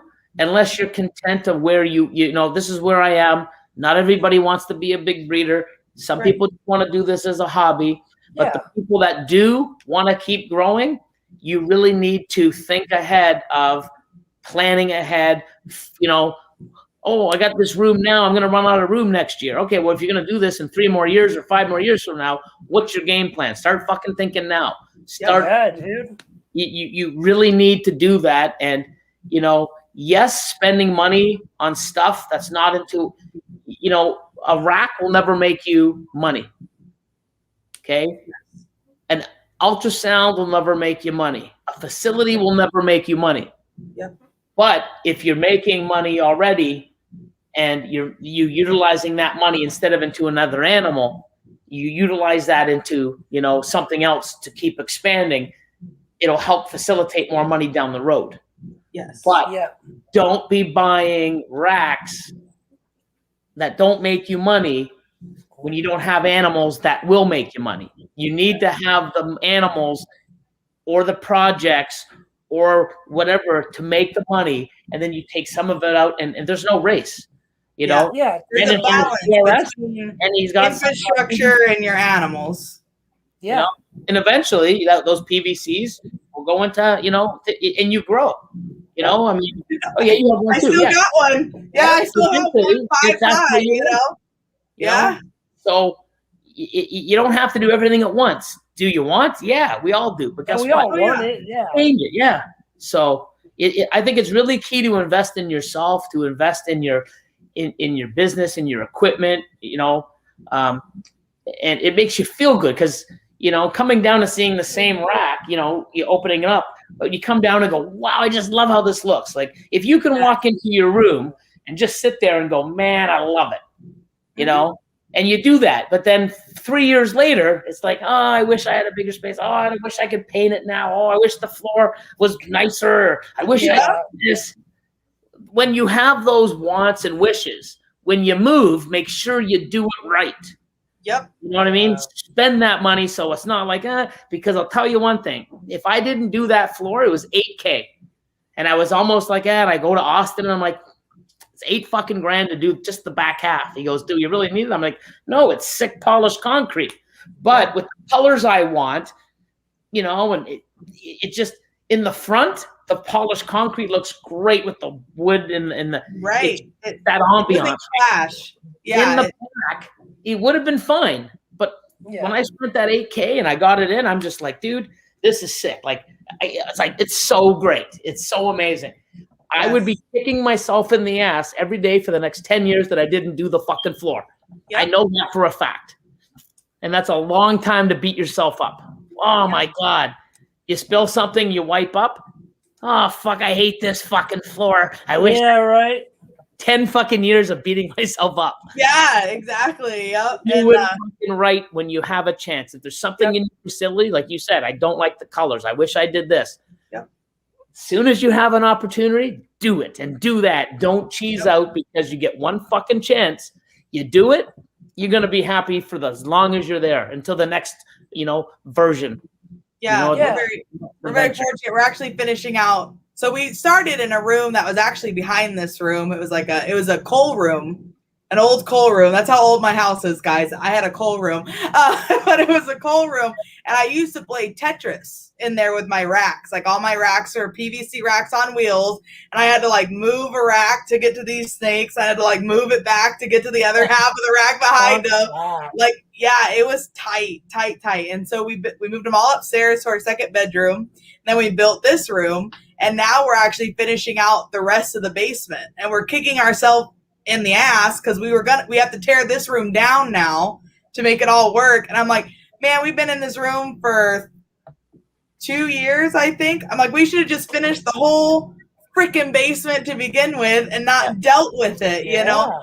And the nice thing is I'll be able to move all this out. We'll be able to repaint the walls in here. That'll be up. I'll be able to get a second coat on the floor, match the floor with the rest of the basement. You know, we've got it all planned out. And luckily I'm doing it now when I have the space to kind of move my animals around without moving them too much to kind of get everything finished, you know, while we're down here. But yeah, it's one of those things where we're like, we'll never grow out of this room. And now I've got shit like stacked on top of it. 3 years later. I've got no room left. Yeah, and it happens. You don't think, like when I got into that facility like 5 years ago, you know, 5.5, almost 6, I didn't think I'd be like, wow, I put some racks in. I had like a living, like a sectional sofa. And I had like, I had so much. I'm like, oh, and then wow, man, time flies. You grow, you build, and that's where it took me. And now look what I've got. But with you've got such bold colors, you know, the gold and the purple, that if you had white, you could do like a gold trim or purple. You could do little accents, pull your color out, or you know, things like that. You know, so, and that's my plan. Like right now, my room's got a purple door. You know, I take a lot of my pictures in front of it. But yeah, I'm gonna, instead of painting the whole room that color, we'll just have the fun accent points, and it's nice to be able to see people's facilities now. You know, you can see how you do it and how Justin does it and how, you know, you guys make it work. And I even think it looks better to have little bits of the color, right? Because it makes them pop so much more than for everything to be like, it's eye-catching. Whoa, that's a lot of color. Yeah, you know? it's eye-catching. Exactly. Yeah, for sure. So, but just little stuff. I think for our first steak room, it went pretty well, but it's those little minor things. I'm sure, Billy, when you moved from your last facility to this one, you knew that you wanted stuff to be different. You wanted more room between this rack and this rack. And you wanted to, you know, there's all these little tweaks that you make because you know it'll be just a little bit easier or more efficient, or, you know, however it worked out. But every time, you know, you just got to improve on what you learned from the last one. Yep, 100%. And look at other people's things and see what they did. Hey, you know, like now I'm going to be adding in each room, you know, like a water line. So I'll be having my own water lines in each room. I'm going to have each one is going to be on its own system for air.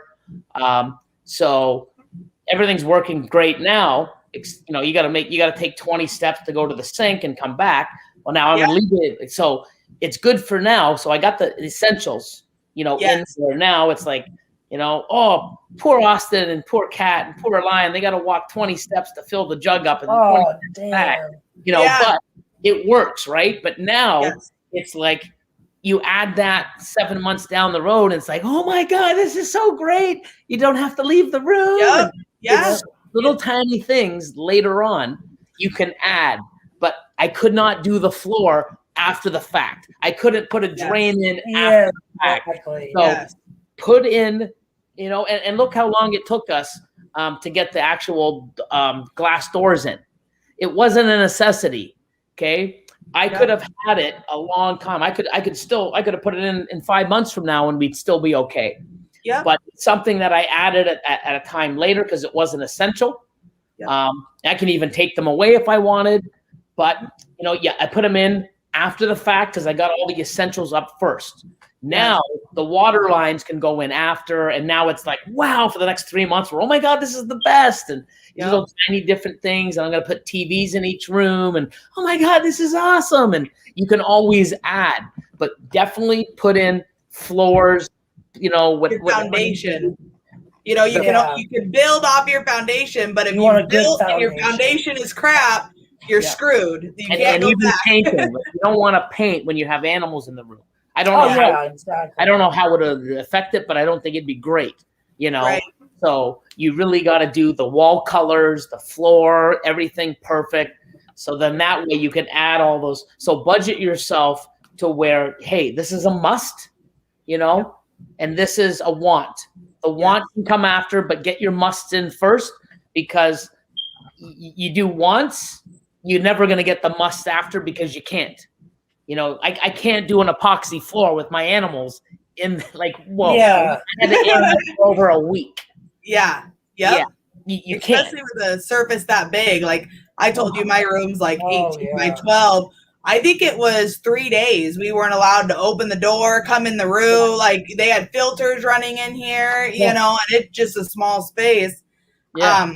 But yeah, definitely start with your foundation. Always build bigger than what you expect you're going to need. When I moved into this room, dude. I had two female racks, like 10 high PVCs, one male rack, and 2 of these hatchling racks that I have sitting here. I had 2 desks and a TV and all my dog beds all over the floor. I had so much room in here. It was ridiculous. And within a year and a half, I was like, all right, desks got to go. Dog beds got to go. Everything's got to go somewhere else.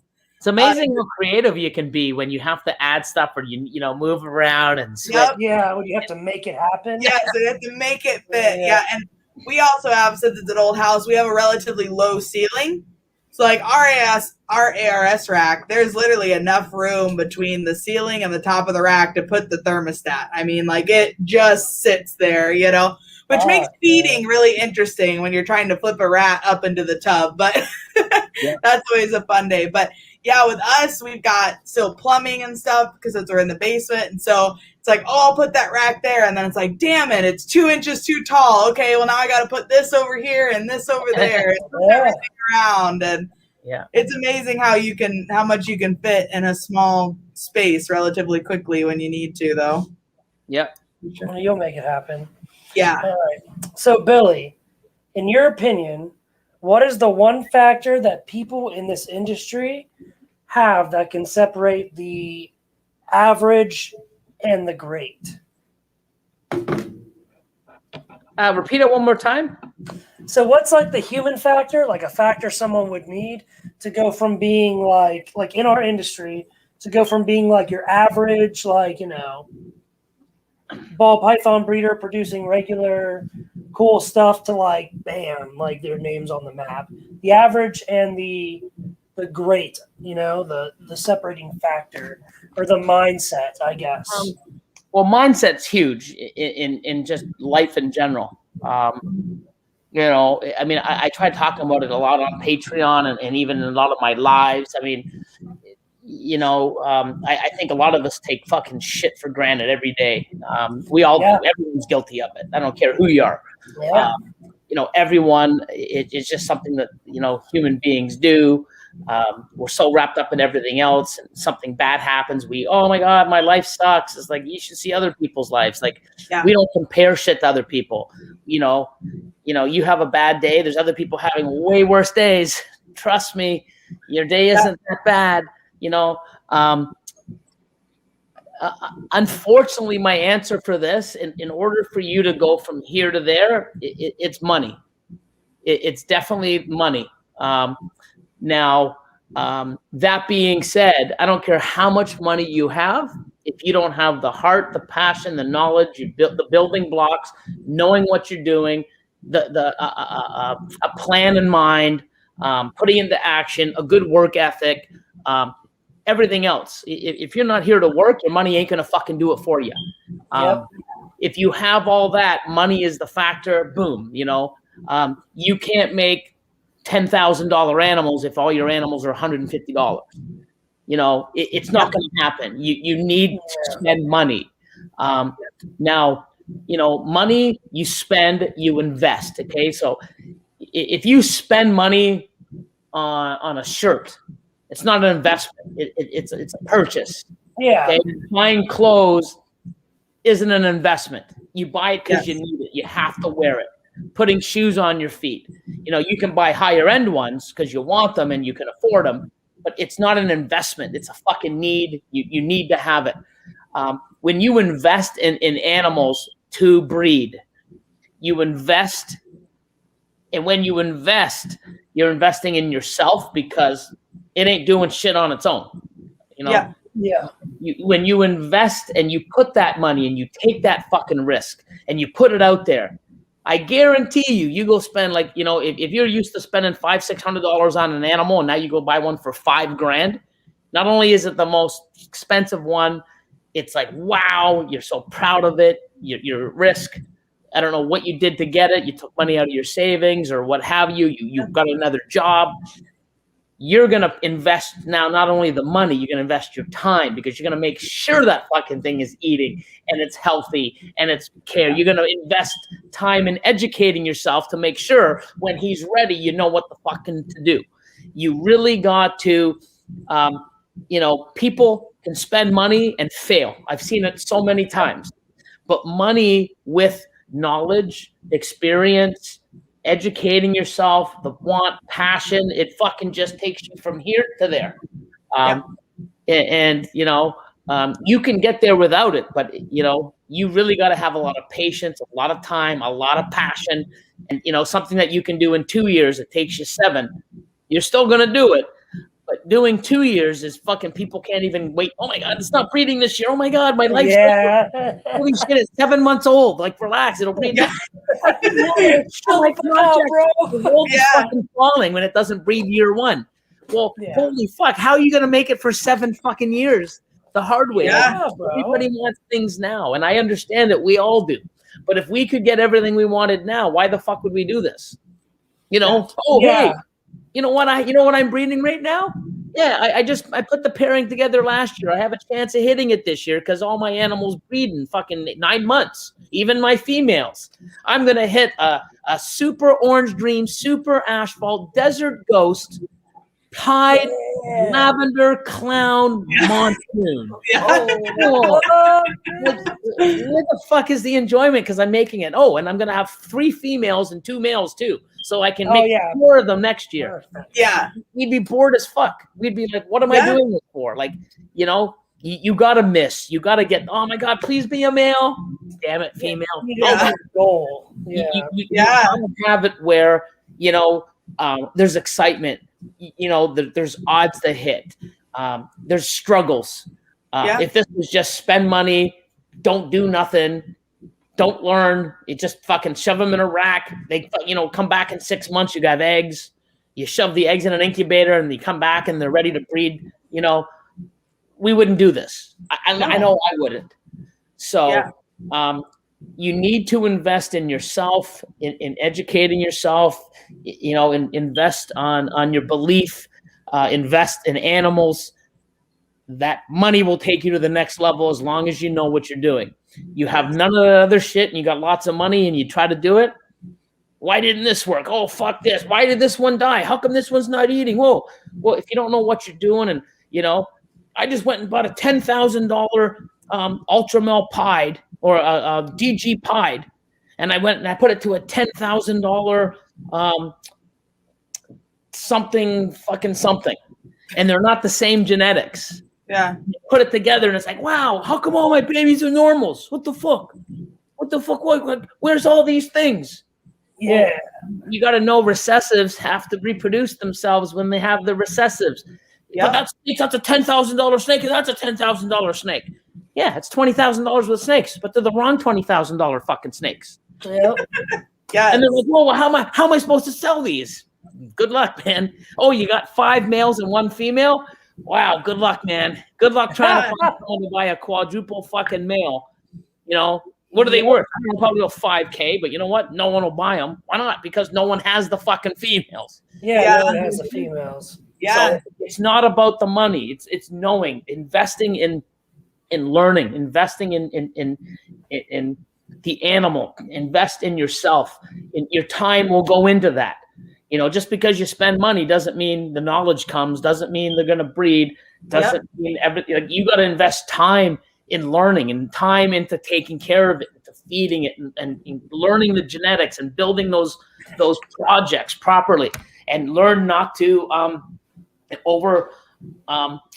instead of having 3 strong projects, I got 30 half-assed ones. Good luck hitting the odds. Good luck knowing what's going on. Good luck trying to grow and push that project and set yourself apart from other people. It ain't going to happen. It won't. I'd rather be strong with a few than weak in many. Yeah. I think that's a great point, Billy. And I believe it was your Patreon or one of your podcasts that you did where you were talking about clutch averages. Like you want your clutch average, like you're going to have your $25,000 clutches and you're going to have your $2,000 clutches, but you want your clutch average to come out to a certain number. And I ended up doing mine last year. I think I was around, now this includes holdbacks, which we always hold back the best animals. 100%. But I think mine came out to be like between $3,600 or $3,800 a clutch, which I was really surprised about. I didn't think that I was at quite that average yet. And I had another buddy of mine that came up to me and he was like, man, and he produces more snakes than I do every year, but he produces a lot of, he's not building the way that he should, right? He produces a lot of the same stuff every year, a lot of visual to visual. He's not making double hets. He's not making stuff to hold back. And I know we all have those investment clutches. We talk about that 10 to 15% of our clutches that are just to push out the door, to bring money in, to reinvest in different things. But I was kind of talking him through that, and he asked about my clutch average, and I told him what it was. He's like, man, I'm nowhere near that, and I was like, well, I'm like, go home, figure it out someday and figure out how you can improve that with the animals that you have and what you need to maybe focus on more and stuff. And he came back to me a few months later, and I had just bought my Desert Ghost Orange Dream Spot Nose Mario male. And he was like, holy crap, how much money did you spend on that thing? And at the time, to this day, it's the most expensive snake I've ever purchased. I bought him for $6,500, and he was like, well, that's ridiculous. And he started bragging about how he's never spent more than $500 on a single animal. And at first when he said it, I couldn't tell that he was bragging about it, and then he's like, well, I've made all this stuff and I've never spent more than $500 and I just don't think there's a need to spend any more than that on a single animal. And I'm like, okay, dude, cool. I was like, it includes holdbacks, Chad, that includes everything. It's just an overall average. And I was like, you don't see any correlation here. Like, I'm like, are you not seeing the correlation of your clutch average to your investment? Yeah. On how those two things coincide. If you're buying $500 animals, you're going to produce maybe $5,000 to $1,000 animals. They're going to be your best animal, and then you're going to have a bunch of $100 to $300 animals in there too, but I think that's a great So funny story behind that. I sold David that Het Monarch pair and he said he wanted it. I waited on it a few weeks and he's like, I'm going to get it. I needed the rack space. I needed to move him. So I put him up on a story and I tagged him in it for sale. And guess what? I got my money pretty quick after I posted that story.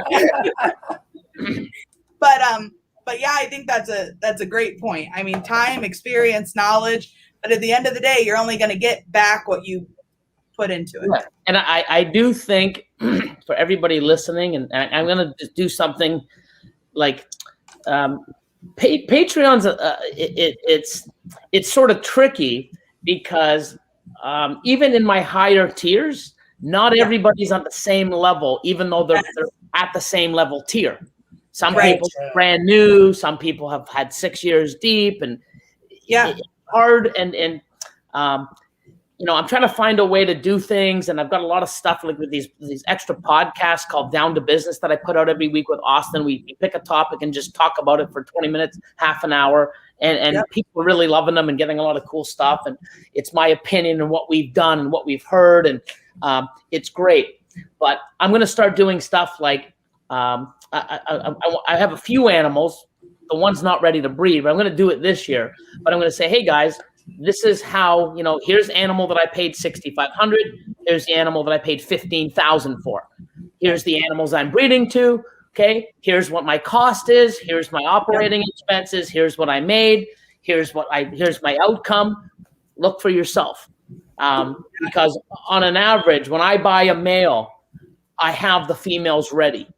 And the one I use a lot is I bought the Enhancer Clown, 66% genetic stripe male, and I paid around $15,000 for it. Okay. So last year he bred 7 females. I made over $165,000 off that one male. Yeah. Because I had the females and I hit great off. Yeah. If I didn't, and another thing too is another reason that animal no one really had. I jumped in on it. It's not like I was making stuff that everyone else had. I don't think anybody else had Enhancer genetic stripe het clowns. The only other person that would have been Justin. So I put myself in a position to get something, spend the money, but I also had females growing up in my rack. So I want to start doing that and showing people this is why I spent it, because I had this. Now, when he's ready, this is what I'm going to do to it, and show you in real time and stuff like, hey, holy shit, now I know why he bought that animal. Why did you buy that animal for $15,000? Because I liked it. Yeah, right. It's because I like it. I like the project, and look what I got in my rack. And I want to show people what goes on in my head, and not only just, oh, wow, cool. Like, look what I did. Here's the numbers. Here's the babies. This is what I held back. And, going back to that logic. So every female right now, so I tried to average last year 5,000 a clutch. I blew that out of the water, I had over 200 clutches. So, I'm 7 figures. Do the math. Yeah. Right. Yeah. Okay. So, now don't forget those clutches, each year, those 250 clutches, they're going to be better and better every year because my pieds are going to be swapped out for Owen's Dream genetic upgrades. 100%. Yeah. So my males, always, even if the females stay the fucking same, your males are always better, no matter what. If you can't upgrade your females, you always upgrade your male. Yeah. So you're destined to keep every year. So in 2019, I held back 250 to 300 females. Last year, I held back 250 to 300 females, even though I've been dipping in and selling them in packages. But let's just say 200 from 2019, 2,000 from 2020. Just 200. The time that they breed, because of what they are, like I've got 3-4 gene visual clowns. I've got pastel leopard freeway clowns, pastel enchi freeway clown, pastel freeway pieds, 2-3 gene, triple hets. I've got 3 enhancer G-stripe het clowns. I've got 4 enhancer double het clowns. Like, the stuff is nuts. So if you think about that, if I'm banging off $5,000 clutches with what I've got now, and I'm killing it, closer to 10,000 a clutch. Yeah. So imagine those 200 animals that I now, with the males that I have and what I'm doing, I'm going to average $10,000 a clutch. So never mind my breeder females now that I still have that I'm swapping them out. But those 200 females that I've held back, even though there's more, if I average $10,000 a clutch, there's 2 million. And then 2020, all those ones in 2022 or 2023, there's another 2 million. Yep. Then it eventually goes where now I'm averaging 15,000 a clutch and then 20,000 a clutch. I have 2 clutches this year that I can break 6 figures. Last year, the biggest clutch was 68,000. 1 clutch and 9 eggs. Fuck. Yeah. So you logic, right? And this is where, guys, that $15,000 investment is a no-brainer. Comes around. That $15,000 male is, but I'm going to sell these babies now, and I'm going to keep these females, and I'm going to keep this better male, and then 3 years from now, it turns into 50,000 of that 2 million or 500,000, depending on the project, right? Because I kept these females back, and and went with that. And it's always looking ahead at the bigger picture. It's not, oh man, I'm spending 15. It's all right, but what am I gonna do with that 15,000? Correct. Exactly. I've had so many people message me. I have one new guy in my mentorship tier, and new guy loves pieds. Went out and bought a lot of stuff. Now he's buying like DG het pieds and pied het DG combos, really good stuff. And he would message me, and some of his questions, and you know, he'll say, "Hey, is this a nice looking animal? Or do you see Enchi in this super orange dream yellow belly pie? Do you see Enchi?" Yeah. No, you know, I you know, that's what I thought. That's why I reached out. I'm like, good. I don't think so. It could be, but I don't think so. You know, so he reaches out and I give him a hand like that. But one of the questions was, hey man, is this a good investment? You know, is he asking? I think he's asking too much. And I forget the animal, but it was probably, I think it was like $7,000 or $8,000 snake. It was a male. And I'm looking at it and I'm like, wow, that's a beautiful animal. You know, it was a powerhouse, visual recessive combo, heck for something else. And I'm like, yeah, it's a beautiful animal. And he goes, yeah, but I think, you know, I've seen some others, like, because I showed him how I did a thing on Morph Market and how to search for old stuff and current prices and going in and changing some things, like, you know, instead of what's for sale, what's been sold and stuff like that. And he's like, yeah, I think, you know, it's a little higher, you know. I'm like, yeah, you know what it is? But number two, you got to look at it. The market and the demand is higher. Yes. The more of the demand, less of the supply. The price is not either going to the same or go up. All right. You know, I was selling stuff 2 years ago, and I've even bought stuff 2 years ago from some big breeders. And I look now on their 2021s, and I paid $1,000 less 2 years ago for the same animal because the demand is fucking higher. And I'm like, damn, woo! Like, I could sell that animal now for twice of what I paid just for feeding it for 2 fucking years, and it's still double my money. But hell, I ain't selling it, so don't even ask anyone in the fucking chat. Like, it ain't happening, you know. But, I said to him, and I think Justin said this the best on one of his videos. I think he was driving to put a package of snakes or a shipment of snakes to Mexico or Puerto Rico. He got in his car and he was talking, and I use that. And I use a lot of people's stuff to make sense of, you know, and help me grow and learn. And, you know, when people talk, I'm like, fuck, like, I've learned quite a bit from Ozzy also, you know, mindset and the way he does things. Just, you know, him and Justin, you know, there's so many amazing people out there that you can get info from. And even if it's not everything, you can get little bits and pieces and make your own little concoction. But it's all great. What, you know, whether you use it or not, you know, but you should at least, you know, accept it and understand why they're saying it or what. I mean, you know, they're successful. They're doing something fucking right. So you might as well listen and try to, you know, get a little bit of scraps and see if you can help and maybe one day, you know, get to their level or even higher. So he said, you know, I think it's about $1,000 a little too much. And I'm like, yeah, you know what, you know, and I'm glad because, you know, the digging that he's doing, he learned from me telling him. So how to do it. And when he comes to me, he knows he's $1,000. But then I said to him, I'm like, great, you know, I'm glad because, you know, you did some, you know you're feeling, but now you're asking me if it's worth it. One, is there another one you can buy? No. Yes. Cool.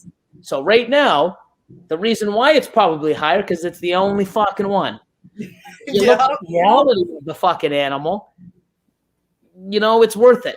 I said, but what you got to think about is I know what you have in your collection, and I know that this animal is a perfect fucking fit. Yeah. I said, right now, if it was, I'm going to say $8,000, but it was worth $7,000. You know, $7,000 is probably a fair price. Right. It was listed for $8,000. The fact that it's the only one, it's quality as fuck.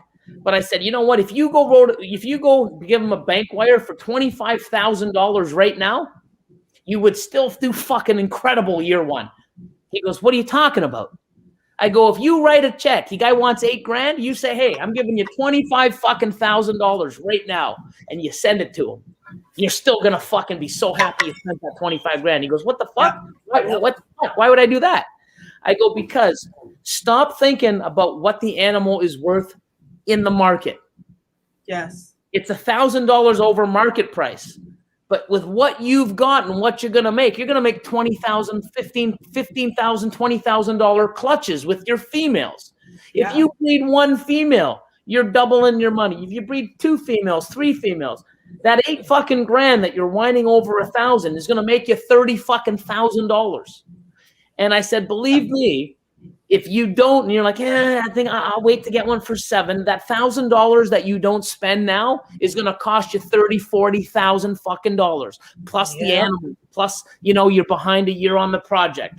Stop buying animals because of what it should be priced. You buy an animal because what the fuck it can do for you. Yes. Why do you think these 100%. People, when someone puts a house up for $500,000, wow, it sold for $535,000. How the fuck does something sell for $35,000 more than asking? Because the people that want it, their parents probably live down the street. It's the fucking school that's 2 minutes from their house. It's perfect for them. It's worth spending an extra $35,000 over asking to get something that is perfect for you and for your situation. So that's what you need to do. It's a good investment for you. 100%. It's not in general for you. Yeah, stop thinking of the $1,000 you're overpaying. Think about what you're going to lose if you don't fucking get it. I said, because if you give that guy $25,000 right now, you'd still be happy as fuck when they breed. And he goes, you know what? I never thought of it that way. He goes, I'm so glad that's why I fucking part of this Patreon. I'm like, yeah, little bit like that. Because now, moving forward, he's not going to make, hi, Billy, is this a good investment? Am I overpaying? Because he knows what the fuck to think, because I've taught him. I've taught him a different way to purchasing. And I learned that myself from doing it, but right in my face, Justin opening his mouth saying, hey, you know what? If you think about it, what you pay for an animal now from what it does for you, it's not even close to what you like. I mean, we whine over saving money, 500 here, 1,000 here. The amount of money we lose by trying to save is fucking, it's insane. Astronomical. Yeah. 100%. It's ridiculous. And I love that. Great words of wisdom, man. I love that fact of your Patreon too. And even just what you said here, Billy, is, it's always like that, catch a man a fish, he'll eat for a day, but teach a man to fish for a life. You could easily have gone, no, man, that's a good deal. I think you should bought it. And because you've built that name and you've built the idea that of what Mutation Creation is, right? That guy would have gone, right, you're right, Billy, I'm going to go buy it. No, probably very few questions, very few questions asked, right? But to take the time to explain why, just like you said, now he's not going to call you up next time and be like, hey, should I buy this? Hey, should I not? He's going to. And a good thing about teaching somebody about that is eventually in 2 years when he's making crazy shit, and now he has customers, he can pass on the wisdom and pay it forward. Not like, well, why would I do that? Oh, because 2 years ago, Billy told me to do it. I do it. You know what I mean? Exactly. Well, no, people need to learn why we give advice and understand it, not just, why did you get that snake? Oh, because Justin said it was a good buy. Okay, but why? Oh, because I think I'm supposed to put it to this. Well, if you don't know why you're buying it, you need to understand why somebody is giving you advice and understand why they're giving you that advice. Once you understand why, now you don't need to keep asking, because if you're just doing stuff that people are telling you don't understand, your whole future is, I have to call people to find out what to do, because you don't understand yourself. You really need to learn and ask questions. Billy, why? I don't understand. Why? What? Please walk me through it. Why is it better to buy a male a year later than the females? Yes. Why? And when you, oh my God, it makes sense. Yeah. Oh, okay. Never mind the fact that they're a year earlier to breed. but you can get the same animal for less the following year. Yes. You don't need that animal right away. Or maybe you can get a better animal because they're available. Yeah, you wait that extra time. You get better options because more are available. You get the pick, not just, oh, I wish there had more pattern on it. Sorry, dude, that's all available. I'll take it. Like, there's so many different fucking things. And once you understand that, you'll always use that moving forward. You know? And I think that can make a big difference to people just getting started. Like you said, don't be afraid to ask the questions. Like, yes, you know, we obviously look up to you, Billy, and Justin, and Ozzy, and all these big people, but don't just do it because they said, or you saw a video because they said this. Make sure you are learning. Don't just take, you know, all the muffled information, you know, and just be like, okay, because so-and-so said this, or because so-and-so said that. Ask why. Ask even yourself sometimes, why are they doing this? Watch a different video. Try to piece stuff together. You know, have the actual information to back up what you're doing instead of just, well, you know, I saw Billy bought this, so I bought one. Well, yeah, but Billy had 10 females in his racks to put to that animal, you know? Exactly, dude. Yeah. You know, there's so much to this. I mean, this is great. It's a great hobby. You want to convert it and change it into a business. You've got to sort of get out of that, oh, it's a hobby, into it. It's now your mindset. You need to treat it as a business. You got to learn to become a business. You got to learn how to, you know, I mean, I get pretty vocal sometimes in some things, but there's a lot of stuff that I got to walk away from because I got to be professional. This is my company. I don't go personal feelings on my company. It's on my personal Facebook if I do, you know. You know, I don't post. I mean, I post a few odd things about what I eat or where I go, or we're on vacation with the girlfriend or something like that. I post, but it's not like, hey, snake, eating food, this, partying, this, wow, dog, good, girlfriend, vacation, snake. No, I have separate things for that. So there's a lot of things, you know, especially with politics, religion, race, stuff taboo items. You know, you don't want to shove it down your throat. I have my personal beliefs. They could be different or the same as yours. You don't want to jam it down other people's faces. If you're, you know, religious to all means, I don't want to see it on every second one of your posts, because if you do, I'm unfollowing you. Not because I don't like you, not because I don't respect you, and not because you're animals or I think I'm better than you. I don't want to see the shit you're posting. Yeah, it's content. If you have a business, you treat it like a business, right? Your business is your business. Have a personal account. Do whatever you 100%. Want there. Right. So you really got to refrain on a lot of shit. You got to step back and go, wow. But I'm the type of person too, when I have something to say, I'll do a rant. I'll put it out there. I fucking love your rant videos. Yeah, they're great. I mean, but I don't want to be that rant guy that, oh, fuck, here we go. Oh, you got to watch what you say because we might do a rant on you. I don't want to be that guy. You know? Even though I could be that guy, definitely, but I that's not what I want to be. That's not what I created. That's, you know, I mean, I have a voice. I have an opinion. When I feel that people need to hear it, I will say it. But we all have an opinion. We can all rant about everything fucking every day. But do we really want to go on social media and see everybody ranting every day? No. So it brings you down.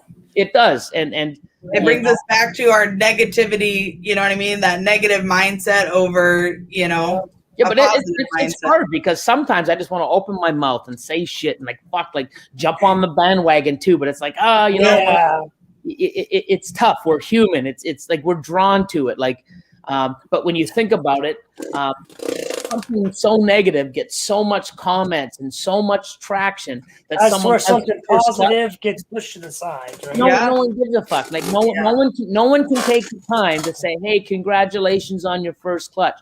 I'm not saying there's not. There's a lot of these awesome people that are in the chat and you know, they're always there. Yeah, but the thing is you know, it's 15% of the people that can take the time to put a positive thank you or a thumbs up or heart or congratulate, something that takes fucking literally 10 fucking seconds of time, if that. Just But they double can tap spend it, 3 like, hours. Yeah, You can spend 3 hours reading and commenting and sharing and fucking yapping about something that has nothing to do with them, and it's so fucking negative. You can put all that energy into that shit, but not to where it's supposed to. It's fucking sad. Or your own shit. Take that energy and put it into your own progress yourself forward. You know, do something with your stuff.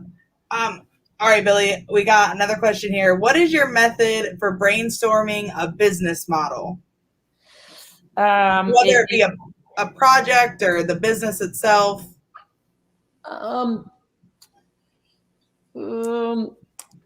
So my business model has always been has been growth, and the reason is because you'll find when you get into a project, especially recessive projects, when you start hitting stuff, it's like, oh, I missed the odds, but I got some cool stuff, and trying to get another gene or two in, and try. You're gonna find it that it's like, holy fuck, like, you know, all this work and stuff, I'm not hitting the odds. And so when you keep growing and holding stuff back, you get more chances. If your females slug out, they don't breed, they go off of food, you've got backup. So you always want to grow to have numbers. So I've always tried to build my collection, and especially on you know, like the freeway. When I got into the freeway, I wanted into every single fucking gene that I had and eventually make them. Now I'm trying to do that with supers. Some years I have a great year, but I'm missing the killer odds. I'm hitting super asphalts, but not the ones that I want. Like, damn it. Or you're hitting stuff, and, you know, I like last year, I thought I was going to hit a whole bunch, and I did, but they were females. Everybody wanted males because a male super asphalt is key to everyone's belly combos and ivory combos. And it's like, fuck, I'm not hitting it. So, you know, you always want to sort of grow, but at the same time, too, you got to grow with what you're capable of. The racks, you know, you really got to think, and I would say plan. You know, if you don't have a plan, or you don't have somewhere or a direction or a goal or a focus, you're really not doing, in my opinion, the thing that's going to make you successful. So if you plan to have 10 breeder females or lay, you're going to average 5 or 6, say 6. Yeah. There's 60 hatchlings. Well, if you're an ARS person or a freedom breeder person, well, guess what? 60, that's a fucking full rack. Yeah. So now I got to make sure I have a space for a full rack. You also got to make sure you have the funds, and you order that rack before the babies come. Yep. You got to make sure that your incubator, say all 10 go, can your incubator hold 10 clutches at once? If they all, you need the plan. So plan from making sure that, you know, they all come at once. Can your incubator fit them all? 2, when they do hatch, whether they're all at once or not, do you have the fucking racking for them? Do you have the feeders? You know, so if you're doing your own, you got to produce your own to make enough where you can hold back and produce your collection, plus those extra 60 fucking feet, you know, a time, you know, everything else. So it's really key to plan every step before it happens, because when something happens, you're not shocked, like, holy fuck, oh my God, I didn't know all 10 would lay in the first fucking month. I don't have space in my incubator, you know. And right now, if you're in that situation, good luck trying to get an incubator with the fucking thermostat right now. You're on a 6-month, fucking 2-month waiting list. Yeah, man. No, a rack. You need to plan ahead of time. Don't get like, oh, I don't think she'll go. Well, don't think. You better have a fucking incubator ready to plug in. Have it, not need it. To need it, not have it. 100%. So I think in order to be smart about business, plan everything from A to Z. And, you know, you might be able to skip a couple letters, but A is the beginning, Z is the end. You've got to do some stuff during it, but if you can do A, B, C, D all the way down to Z and cross and fucking, you know, cross the T's, dot the I's, you're golden. But you can skip things here and there, but you know, definitely plan, because Z's gonna, if you start A, Z's gonna happen. I don't know when, where, how, but if you start A, Z's coming. You gotta fucking you gotta fill the letters and the vowels in between. Yep. And the more you can do, the better you are. I feel a lot of your skipping your letters just comes with that time and experience. You can figure out like, all right, you know, I can make this work. I can do this. I can move this around. I can, you know, and even in a way, and of course it's never 100%, but knowing your females, right? If you've got these females and they've been laying for you, you're like, okay, I have a pretty good idea that these females are going to go around this time and these females are going to go around that time. You know, you can kind of, now of course you always get that weird one that throws a curveball in there, but you have the majority of it kind of mapped out, you know, but of course you always got new girls replacing where you don't know exactly when they're gonna go and things like that. You know, I figured out this year, like my incubator is pretty much full. I just knew I had to take the shelves out of the incubator. So I had to put shelves in there, you know. And there's 2 shelves and they're stacked like 5 high. Yeah, you know? I've done that too, man. Like, so whatever it takes. Stuff like that. And to be honest, I was talking to a guy. I'm like, dude, yeah, my incubator's full. I'm at the point now where I'm like, I know I cut this clutch on day 54 because this girl's due on this day and I can switch them out. And he's like, just take the shells out of your incubator. I'm like, well, I'm an idiot. Yeah, that makes a lot of sense. It's always the little tiny things. Yeah. Someone's like, how did I not think of that? Like, yeah, it's always something stupid, you know? No. And, but yeah, little things like that. And another thing I think people don't realize, it's a big difference going from 150 animals and then add 200 hatchlings on top of that. I mean, you've just doubled your entire workload.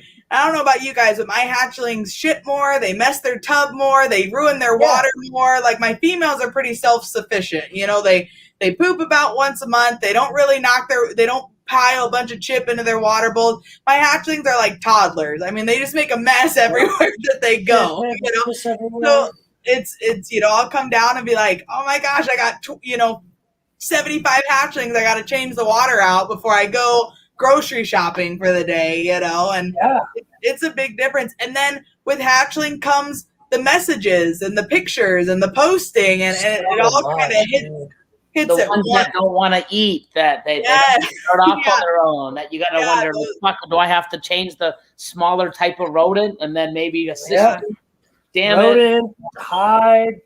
Yeah, you know, and you're doing all that, and then you're like, "Oh crap! I got 3 girls on eggs," and then you're back to your incubator issue where you've got to move out of your incubator. The more pictures you got to take. Yeah, more pictures you got to take. Oh, now I got to start doing and IDing these animals. Now I got to go find how much to price them for. Holy shit! This is a lot of work. People think people don't know, man. I think the breeding part, the buying, breeding, and picture part of it is simple.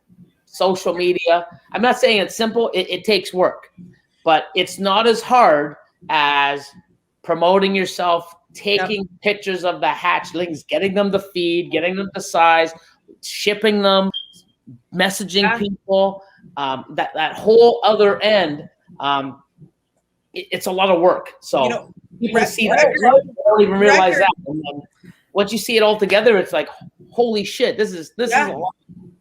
You know, record keeping. Me and Brandon do something very similar. I have a folder like with the year, the clutch number, everyone's IDs, pictures of the hatchlings in there. Everyone that buys a hatchling for me gets the ID number, so they ever want to call. You know, there's like a note in there with their hatch date and the pairing and all that information, so I can always go back and. You guys should need Husbandry Pro.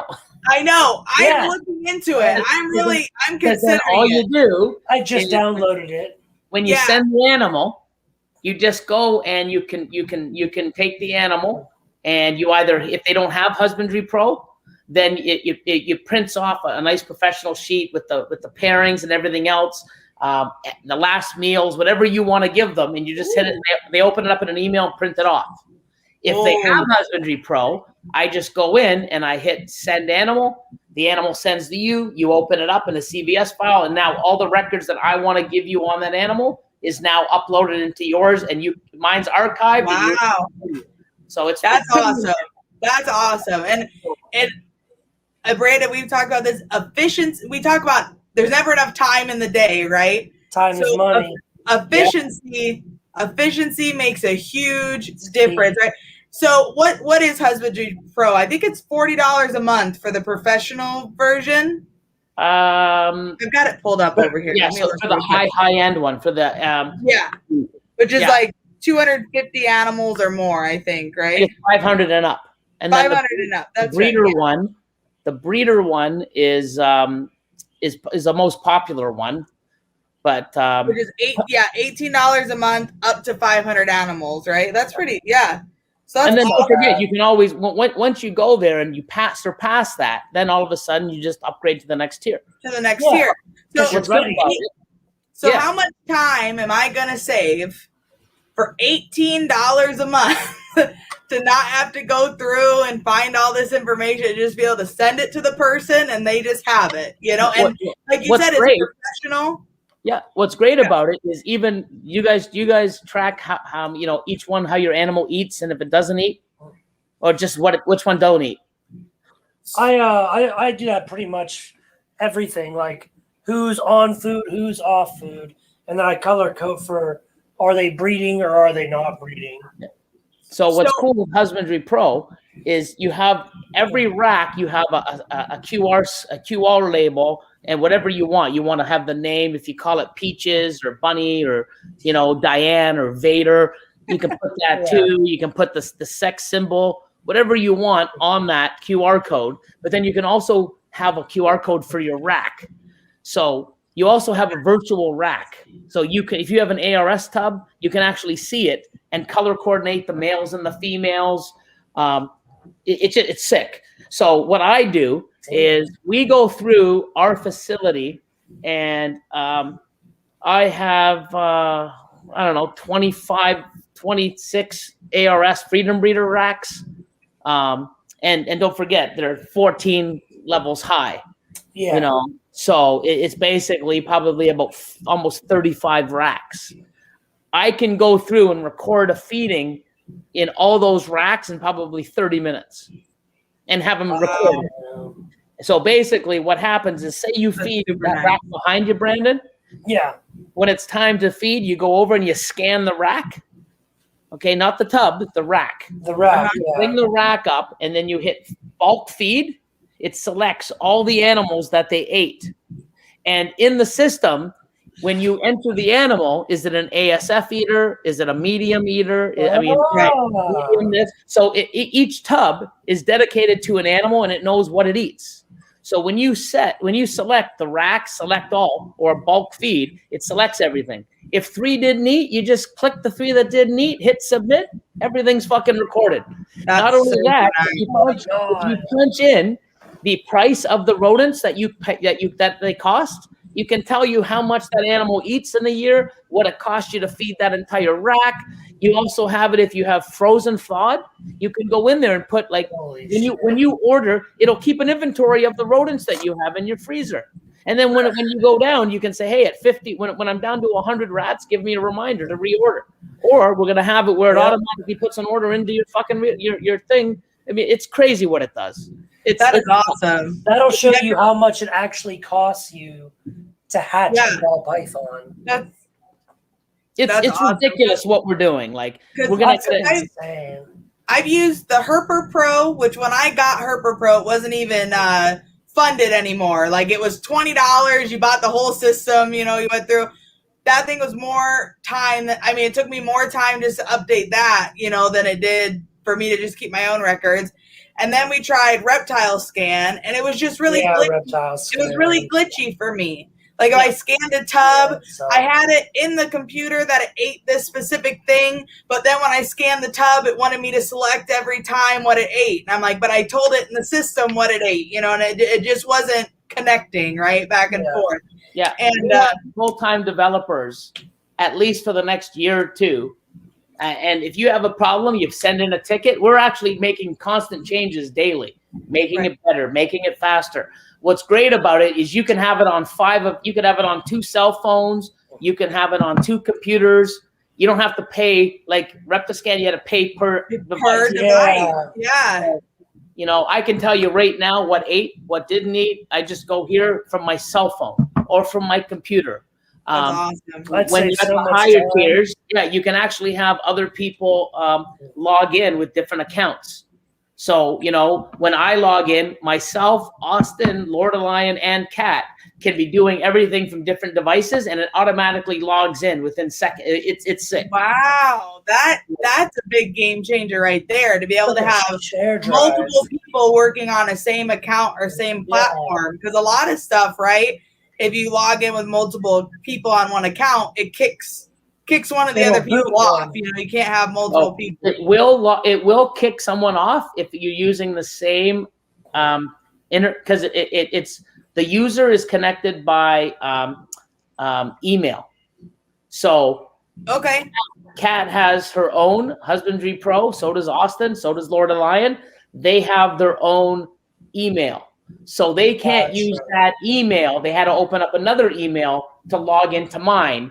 Because Husbandry Pro, it's encrypted. It's just like, you know, it has you know, so for security purposes, it does it that way. That verification where you actually have to go scan, type it in, like, you know, just like your bank card or anything like that. If you want, like the high-end verification stuff, but you know, if I use my password and I'm on with my email and password and someone else logs in at the same time, the server kicks us both down because it's a security feature. How can people be on two different devices using the same credentials? Right, because it could be someone that hacked your account or, you know, was logging. Yeah, you don't know.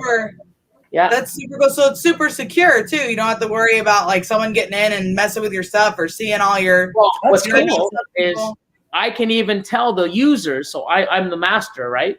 So I go in there and I have Catherine. Oh, hey, she can do this, but she can't access this. She can't do this. She can't delete that. I can tell them what they can see, what they can do. Give them permissions, Full permissions, yeah. But what's really cool is if you ultrasound. Okay, so when you scan, you take your phone, you scan the bin, you type in, you know, you ultrasounder and you go, you know, here's the follicle size, you know, 2.5. If you do that every month, it gives you a graph chart, tells you when it is, and so you can see the chart. Same thing with weight. Same thing with weight. So if you weigh your animals every month on a certain date or at whatever you want, you scan it. It'll give you a growth chart. Here's the date. Here's the chart. I've been doing all this shit manually for years, dude. Well, I'm sold, bro. You sold me, Billy. I'm getting it, man. Yeah. What's really cool is even with your pairings, right? So what happens is when you go into your breeding plan, you pick a male and you pick the 6, 3, 2, whatever many females. Every time you scan a female and you hit like pairing, it'll already pair the male. It'll already have the male that's in there. So you just go pairing, done, and it tracks when you paired it. You go back the next day or later in the day and you see them locked, you put copulation. So, and then when you go to the breeding records, it'll show you the male and the female. It'll show you pairing, lock, ovulation. You just put your mouse over it and it tells you the date. You know, I mean, it's crazy. And then, that is awesome. Yeah, but what's really cool is it's coming out now where on the top 2 tiers or on the top 2 levels, the breeder and the professional, the higher end one, is it collector? Commercial. I think it's called commercial. Yeah, commercial. Yeah. So what happens is if you have, which I do, sensor push, all my sensor pushes are on my app. All my Herbstat 2s, the spider webs, I see them on my app. Really? 100%. That's crazy. You even get a free store. You even get a store. And I believe you can upload your stuff to Morph Market through Husbandry Pro too, right? Except pictures. You basically just go highlight it. There's a way you go do it. So I can upload 50 animals in 30 seconds. And then I just got to go in and add the pictures. And drag and drop the picture. Yeah, that's pretty simple too. It's pretty sick. But what's really cool is what's coming is there's a lot of stuff coming. Like this is just a monster that's just going to keep getting bigger and better and stuff. Is the smart calendar. So right now, when you go and you get an ovulation, it's going to tell you 28 days. Or if you get an ovulation, it's going to tell you in 7 weeks or whatever, right, to go look for eggs. So when you have a clutch that she lays, it's going to tell you, for me, 48 days, go look at the incubator. You might have eggs hatching. When I pair a female today, it's going to tell me in 3 weeks or 4 weeks to pair again. So now when we go in Monday, it's like, okay, what do I do? Feeding all these animals on Tuesday. You should have 5 females laying. Go check these 5 tubs. Go check your incubator because you have these 2 females, clutches that should be. These are the 16 or 37 or 400 females to breed because you bred them 4 weeks ago. It's crazy. And that's amazing. The coolest thing is you do expos, right, Liz? You love them. You're all over the place. You're a fucking expo monster. You just kill them all. So now what happens is we're having something else that we're going to do. It's going to be a free app. I think we're going to call it Husbandry Pro Expo. So what's going to happen is you can go on there and say, what's happening in my location. It'll tell you all the expos that are going on. And then underneath that expo, it's going to tell you who has Husbandry Pro. So what's going to happen? It's a free app. So when you go now and you own Husbandry Pro, you just go in there and you go, because it prints off its own labels, it prints off everything, its own QR codes. So you go in there and you go, okay, I want to sell this animal, this. All the prices, everything's in. You print it off. You're going to get labels with a QR code with the name, the sex, the price, the gene, whatever. You go now, you put that on your displays. Someone else can walk up with the free app, go over, scan it. Oh, it was born 7 weeks ago. There's the parents, there's the genes, there's the feeding records. Perfect. Yeah. Wow. That would make a world of difference. Of difference. I'm downloading it right. Go over and get all the right that you want them to see. The feeding, what it's on, when it was born, the pairing, whatever you want them to see, you just click it, and then now they can scan it. When was it born? What's the birth date? Well, there you go. Do you want the snake? What's your email? Dun, dun, dun, dun, send. Now all that information is sent to them on a nice certificate. Wow. Just like that, within seconds. Wow. It's a game changer, man. I mean, 100%. It's a game changer, and it's getting better and better and better, and it's amazing. It's just right now it's so complex that it scares people. Like, what the fuck? Like, I don't know how to do this because there's certain ways. But if you go, there's a video on every single. Like, if you see the name, like it'll say like breeding. There'll be a little like a YouTube thing. Right. You click it, and it'll take you to a YouTube video to show you what to do on this page. So I just downloaded it. It's free for 30 days. Free for 30 days. Try it out. It's the virtual racks is fucking crazy. Where you can actually see your racks on there, and you go and click it. It tells you what's in it. It's sick. I've been messing around with the free version a little bit here and there, and it's going to be amazing for my snakes. But I also have sugar gliders is another big thing that I do. I only have all types of species. Yeah, I only have 4 pairs, but I was looking at that. I'm like, man, this would be perfect. Like, I can do out of pouch date and when they're weaned and the milestones and like all the different stuff, and. We're and working it would be on nice this for rats as well, right? So people who breed rats. Yeah. Yeah, I saw that. Yeah, I was interested in just the inventory side of it for the rodent business, to be like, all right, we bought this much food and this much bedding, and this is how much we use every Thursday when we clean and every Sunday when we clean. All right, when do we need stuff? Start ordering more, and definitely, wait till we get it linked with Quicken or QuickBooks. Yeah. So now we can do all of our. That's a good idea. This ain't gonna stop, man. It's something that I'm glad I'm a part of, and it's just awesome, and it gets better. And if there's something that you see, or there's a glitch or something that you want to add, like say for sugar gliders, you can go in there and add your custom animals. You can add custom features, custom activities. Yeah. And if there's something that you need for that specifically, then you can message and say, hey, this would be a great here and stuff. But what I love about it, if your snakes aren't brumating, if they're not for sale, you turn it off. So you go to a snake that's not for sale, you don't have to see price, this, and all the other stuff. If it is for sale, you click for sale, and now it pops up another little thing. Everything. Yeah. If your snakes don't brumate, You don't have to have that as an option.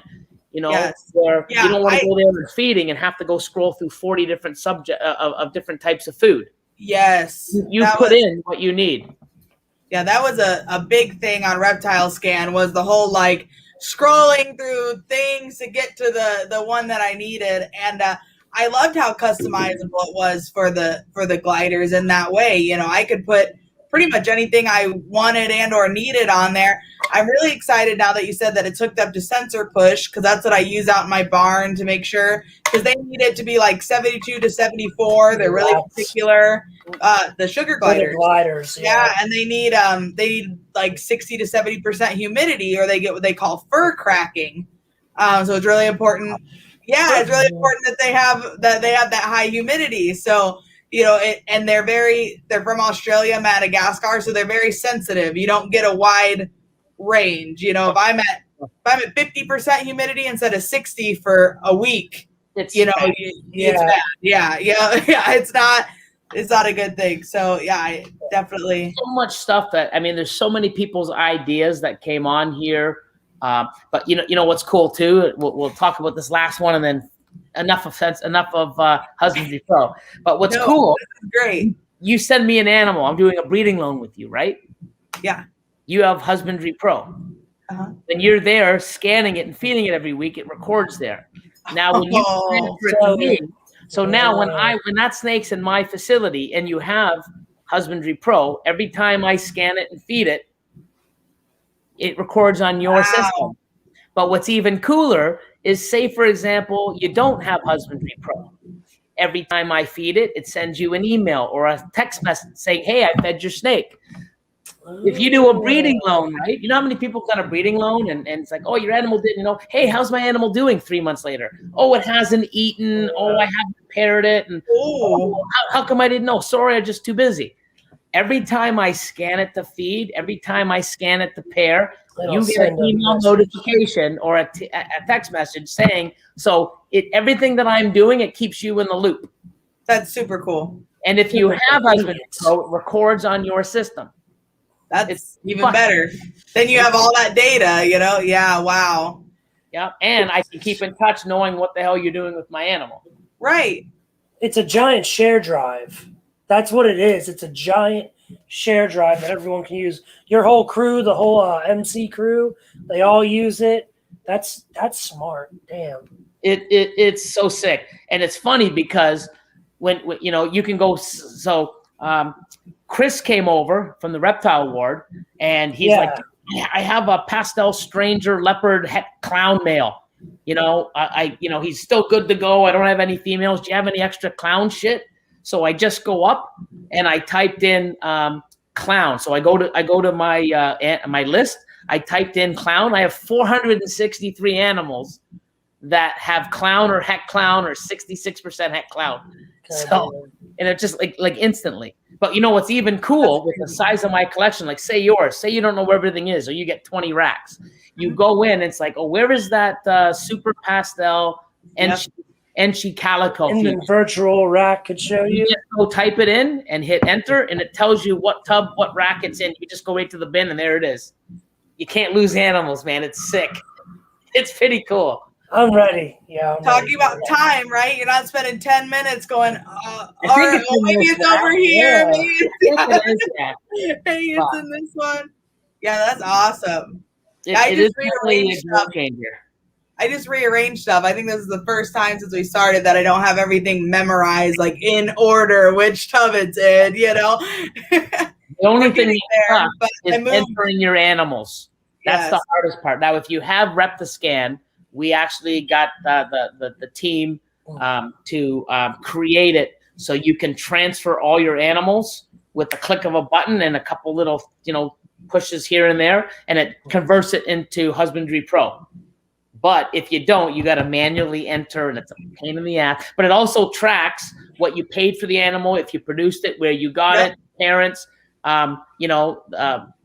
anything that you want as customers. It has a database. You got to really look into it. And if you need help, give me a shout. I mean, it is sick.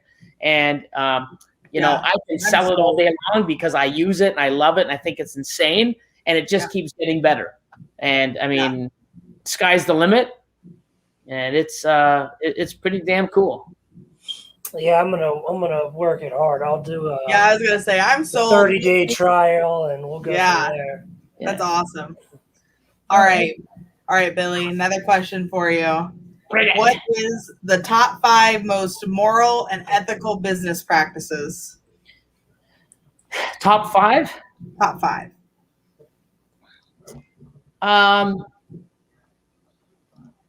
I wouldn't even say well, I guess for business, I mean, it's the same thing to me. Health of your animals. Yeah. Number 1. Yes.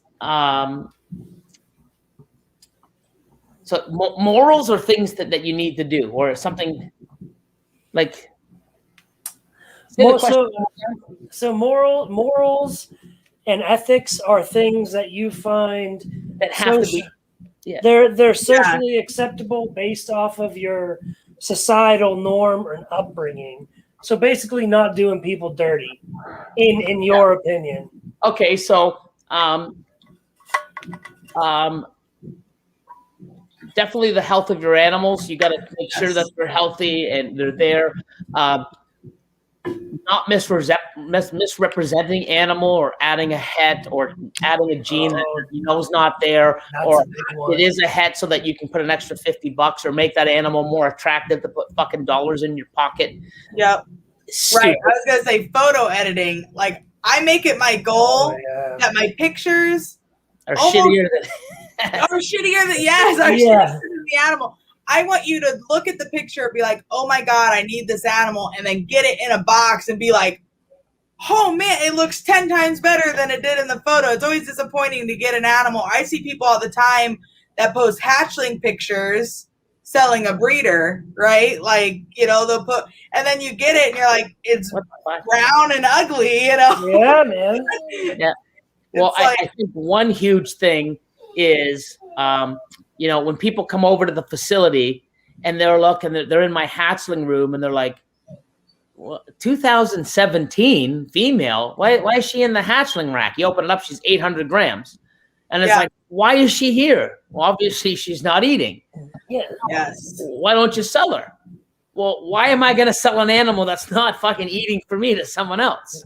And that's exactly. Still here. She's not costing me anything. So it's just real estate. Like, you know what I mean? But if you have an animal, so I can turn, I have a 2000 and I think it's 15 or 2016 pastel bongo female. I think I paid $4K or $5K for it. The thing will eat every 2 months just to live. People pull it out and go, holy fuck, what the fuck? Why isn't it? It looks so healthy. It is, but it's just not growing. Yeah. So it stays there. So what happens is I could easily take that out of my rack, even though I don't know what they're worth now, $400 or $500, but I could take that out of my rack and say it's a 2020 or 2019 and go, holy, this is huge for a 2019. Wow, what a great buy.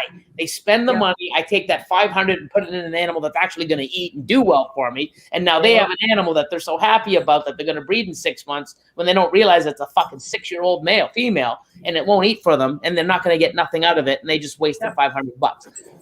I would rather have it in my rack and know that you don't have an animal that's a shitty eater like it was in my place.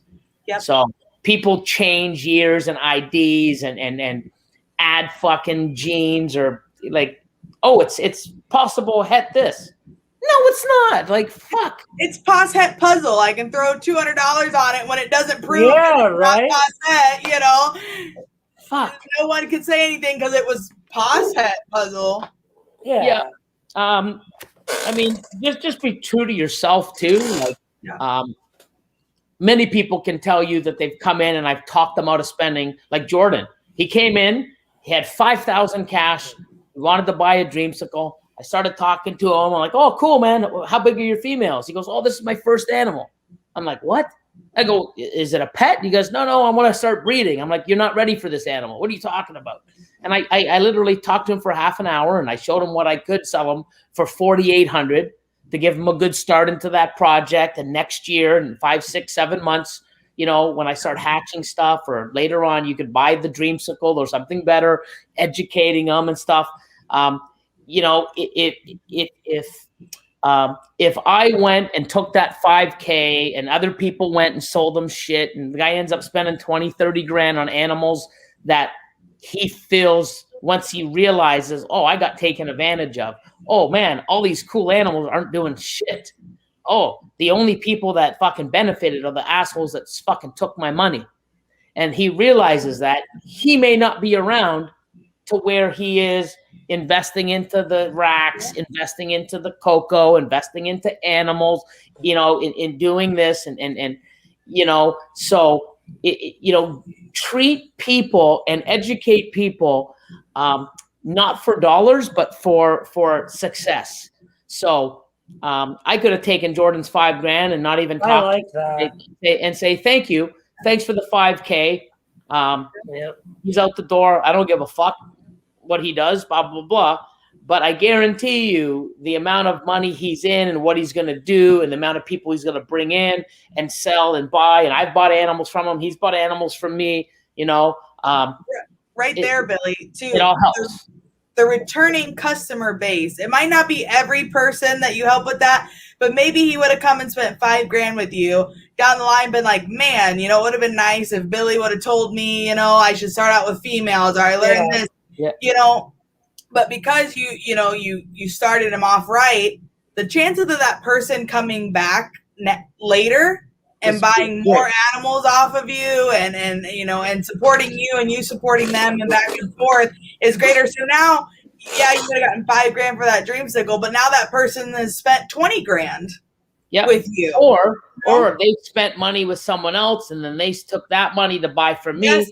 It all comes around 100%. You know, the money that you spend today is one day going to come back to me and then go back to you. And you know, you don't know from what person. It could be 40 people down the road, but we're all fucking animals and we make money. We're spending it. Yeah, dude. If the money is circulating in this industry, right? It's got to come back somehow. Yes, for sure. You set someone else. Yes. You set somebody else up for failure. It hurts all of us. Yes.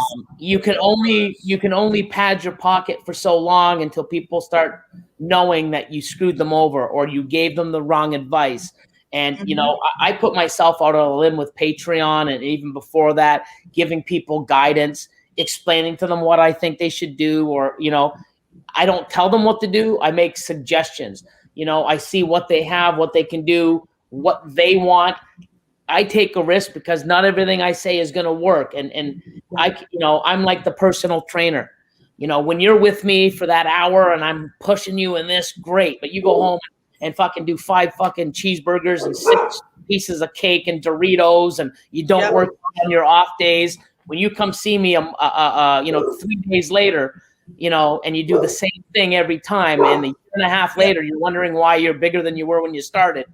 I can only do so much with you, what you do after, and continue. So, or the conversation we just had about buying, you know, you buy a $15,000 male, but you got the females in the rack, right? If we're talking about that conversation, the only thing I take for that conversation is go out and buy a $10,000 or $15,000 male and make $150,000.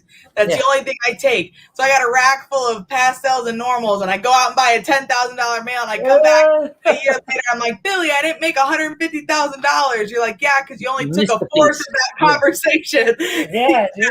Same thing, you know, same concept. You got to take it all in. You can't just take one little piece and run with it. Everybody's at a different level, whether it's their income, their knowledge, their investment, their time, their space. Everyone is unique. And that's why, you know, when I can get onto a one-on-one, you know, someone's like, hey, you know, I want to invest this much. This is what I want to do. Cool. One of my first questions is, do you have any more money coming in next year? You know, because if you have $30,000 to invest, cool. Do you have any money coming in? Nope, this is it. You can't come up with 5 or 6 within, you know, a 12 to 16. Nope, this is it.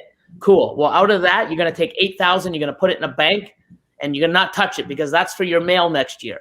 Yep. You know, but if somebody else can go, no, I can get another 10 or 15, cool. So you're going to put all this to females.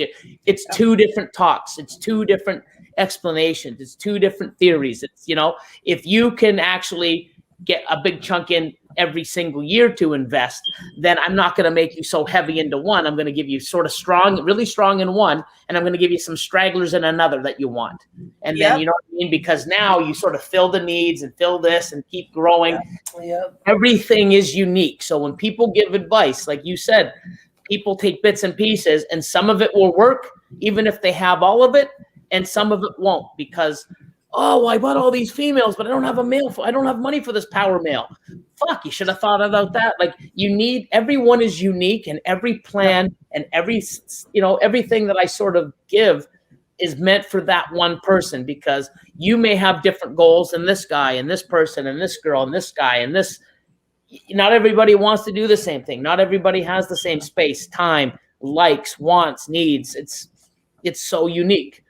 But I feel that, if anything, I'm there to help. I can guide people. I can definitely motivate them and show them, and especially seeing what I've done and being so, open online. Like, holy fuck, Billy fucking gets slugs too. Holy shit, Billy has animals that fucking stop eating. Oh, he gets fucking well. His animals. Yeah, you are transparent, dude. Yeah, you are very transparent. 100%. Yeah. And you need to be, because you know what? I mean, this is a great industry, but so many people get into it because they see how amazing it is, but they don't realize that when the shit fucking hits the fan, because it's gonna at some point, some shit that's gonna happen is gonna happen. Oh my God, my female died egg bound. No one else's does. Fucking right, it does. Like, no one's just showing it. Like, no one says anything. People aren't showing the whole good and the bad. And that's when I came out years ago and said, fuck it. Hey guys, this is what it is. I'm going to open up drawers and there might be shit in it. Oh my God, don't panic. That's how this fucking industry is. Yeah, dude. It's so perfect. It's because they fucking plan it. There's no way you can have 2,000 animals and open every tub and it's fucking clean, man. I don't give a fuck if you just cleaned it an hour ago.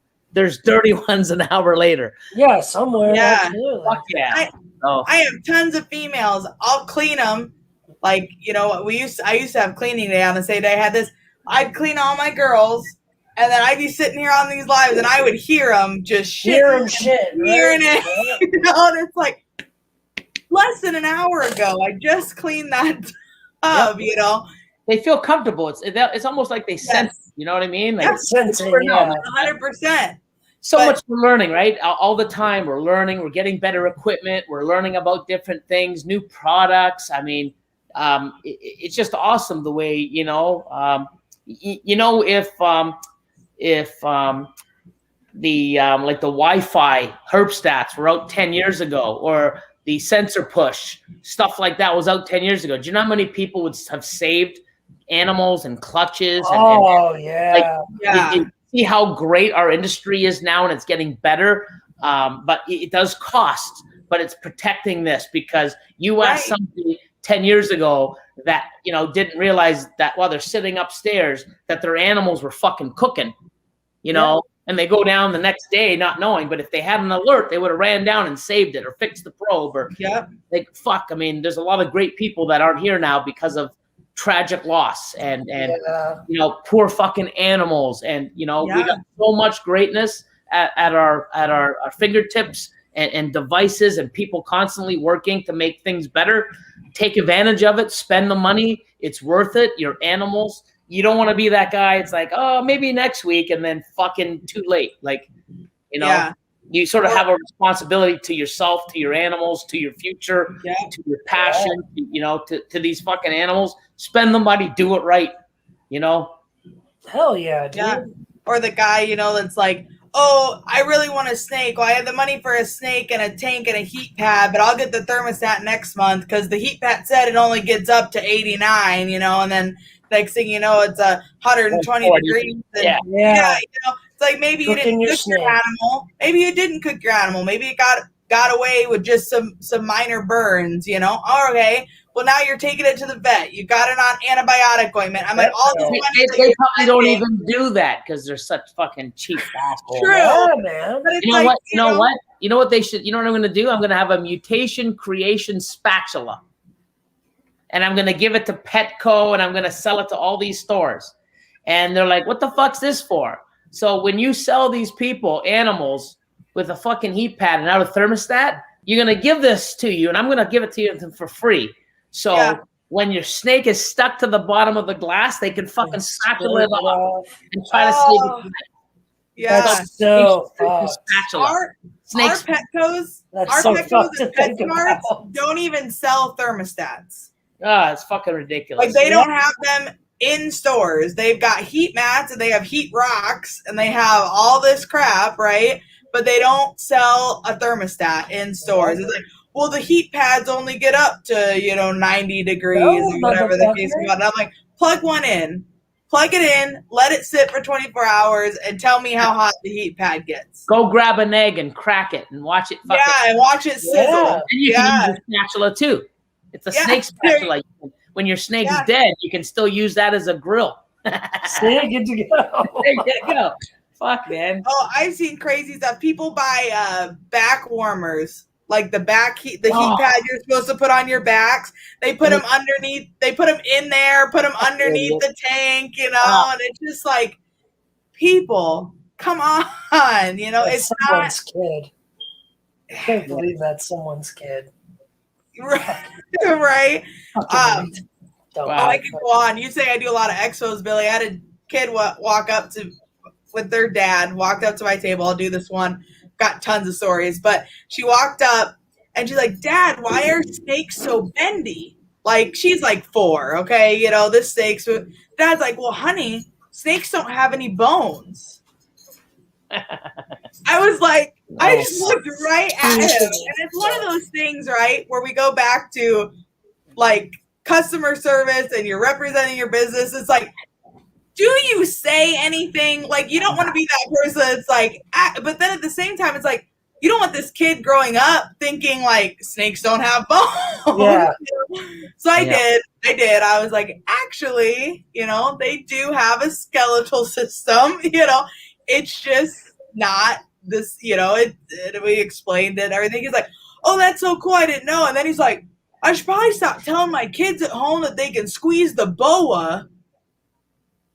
And I'm like, oh my God. Kill yourself, bro. But when you squeeze it, the tongue comes out. Like, idiots. Yeah, it was just like, and I'm like, what? He's like, well, I didn't think they had bones. So I just tell them, to just hold on to it, as tight as they, and some people, man, it's crazy. But you don't think they have organs either? They have organs too. Yeah.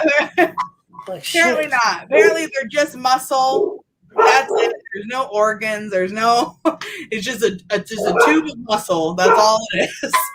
My dogs are freaking out, and I need to go see what that's about. I'll be right back. All right, we got one more question for you here, Billy, and then we do like a quick revolution round. We're hitting at about 3 hours. We appreciate you staying on and for your time. So the next one I had is, I've noticed that you guys are branching out into several different species. You've got the boas now. I believe you have a caiman lizard, correct? And then getting into some arachnids and things like that. What can we expect from Mutation Creation for the future? Are you going to keep kind of branching out into different stuff? Are these just little side hobbies that now you have room for them? So you're kind of getting into some small stuff. What's the... So the tarantulas, I just got big females. They're all females. They last longer. I never planned on breeding them. Austin and the lion have some males that they may want to try it with my females. Right. So they put their male in with my female. My female rips the shit and eats them up and kills them. Sorry, dude. You take the risk. So it's not a big thing for me. It's not. I just want to have them to get over my fear, appreciate them, have a little collection, and sort of learn. I'm getting more comfortable, and it's pretty cool. I spend probably a good hour or so a day looking at them and checking on them, and I keep learning. Not as much as I should be, but I want to keep learning and getting all their Latin names memorized and stuff. But it's a learning thing. But that's just more for show and for me to appreciate them and sort of get over my fear of them. which is it's happening, and I'm learning, which is great. The Cayman lizard, I think they're cool. I really love lizards. Boy. Yeah, you're gonna see more. Like I'm probably gonna get some blazing blues and some, ornate or some really crazy Uromastics. I love Euros, dude. Yeah, I want to get some really cool stuff. You might even see me with some like tree monitors. Yes. Blue trees are so cool. I got Fiji iguanas coming. I already got them. I just got to wait for. Oh shit! Okay. Yeah. So I got an enclosure that I'm going to get made from, awesome stuff from Focus Cube habitats. Got to keep them a shout out. Amazing stuff. Qualities sick. Just awesome. Love them. So I got to order that and get that up here to get the Fiji iguanas in. They're really cool. I got a pair. Super cool. I got the paludariums all already set up, all the live plants and rock and roll. And we got fish in there now. I'm going to get red-eyed tree frogs and moss frogs just for display, just to have some color. Yeah. But you'll see more lizards. I'll probably trios where I could breed them if I want. If I don't, but I look and stuff. You'll probably see some other cool stuff. Some other cool snakes, maybe just to have, not to breed. Boas, I'm definitely gonna breed. I'll probably start adding more and more stuff, but I'm not in a rush. I'm taking my time. Yeah, the stuff I do buy is to me it's rare and it's specific. Yeah. And then I'll grow into that and see where that takes me. But definitely love having the extra room and having something different to we're going to start doing more filming of the other animals too, and more content for YouTube, but just for us personal growth and learning and just appreciating other stuff just besides the ball pythons. So you never know. I never say never. Something I might just want to do or say, hey man, these lizards are cool, let's make more. But we'll see, right? Yeah. We'll get there when you get to it, right? Yeah, just start out. Man. And I think it's important. I mean, obviously you've been keeping ball pythons and reptiles for a while, but I think it's important when you get a new species to spend a little bit of that time kind of learning that species too. Maybe you buy a pair, but you buy them when they're younger, right? You don't buy a breeding pair of an animal that you've never had and are like, all right, here we go. Because I have an Asian water monitor myself. That was another fun expo story. He was donated to me pretty much. And I'll tell you what, I love him to death. He's the best thing. He's like having a second child. This lizard is so intelligent, and he loves to tear things up, get in the way, and push tubs open. I mean, he's just he's an interesting guy. Super cool, but so different. I've had beardies, I've had smaller geckos, but when you start getting into your monitors and those other kind of lizards, they're a whole nother ball game. They're just I've invested in hognose, so I've got a lot of hognose. I imported a lot of high-end ones from Europe a few years ago. So very cool. Yeah, I got Chris Ward from the Reptile Ward. He's housing them and working on those. I'll probably do something with him on that. Maybe get him back or something down the road. But now that I have the space and the time, and I still want to learn from him as well. But he's been doing it for a while, and he's great with those type of animals. And I also have some investment in some tegus. So I've got some tegus getting bred. I got some. I bought a breeder female. So that's with someone else working on those. So just trying my hand out at different things and seeing what goes. And you never know, right? I mean, it's for 100%. Me. If not, I'll just slow the brakes and if not, I'll just, hit the gas. You never know. Yeah. Oh, yeah. Amazing feeders for you. Said, glad I listened to this. Just purchased the commercial operation on Husbandry Pro. She said, now to learn how to use it. Yep. Definitely go to, if you go to YouTube and type in Husbandry Pro, go to the one that says, I believe it's like new user or initial setup. Because the first thing you want to do is you want to go into your settings menu settings, animals, select the animal and the species that you want to do. We're doing rodents. And the rodents are coming. Some people are utilizing it. They're gonna change some stuff and add things in order to do that, but that will be coming down the road. And then after you set up your animals, you want to go down and do activities. So you can turn on like feeding, weight, if you want to track when it pees, when it poos, if it doesn't eat, if it brumates, you turn on and off. So when you go on to activity, you don't got to search through 40 different activities. You just pick the 5 that you want, or Well, you got primary, you pick like 5 or 6 primary, and then after the primary, it says other. So other for me is weight, because I don't do weight all the time. So weight isn't primary, but under the primary, I just hit other, and then weight comes up. Da Vinci, because I opened up a new category or a new activity called Da Vinci. So every time I dose a snake, I scan it, hit other, activity, other, and submit, or other Da Vinci submit. It tells me when I submit, when I hit it, and how many times. Like, it's awesome. So definitely want to do set up your animals first, and then set up your activities. And then, like I said, beside every page that you go to, there should be a little like icon where you click beside the name, and it'll actually bring you to the YouTube channel to watch the video on that. So we're working on that in a help section, and so much progress, man. It's always getting better. Yeah, there's so much more stuff since I heard you talk about it, probably a month and a half ago. There's like way more even just since then. So that's awesome. All right, Billy, we got a quick revolution round for you here. Yup. Let me get over to my notes. All right, perfect. So Brandon, you want to start us out? Yeah, what's your 1 rep max for bench press? Oh, I actually got a full gym downstairs, but I haven't used it in over a year. So back in the day, I used to do my max, I think was it 4 or 8? I used to do, when I was jacked, I would do two 45s and a 35. On each side? Well, not in the middle, silly. Yeah.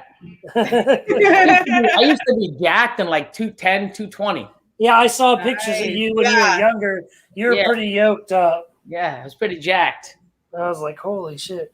I didn't know if you meant 145 and 135 on each side.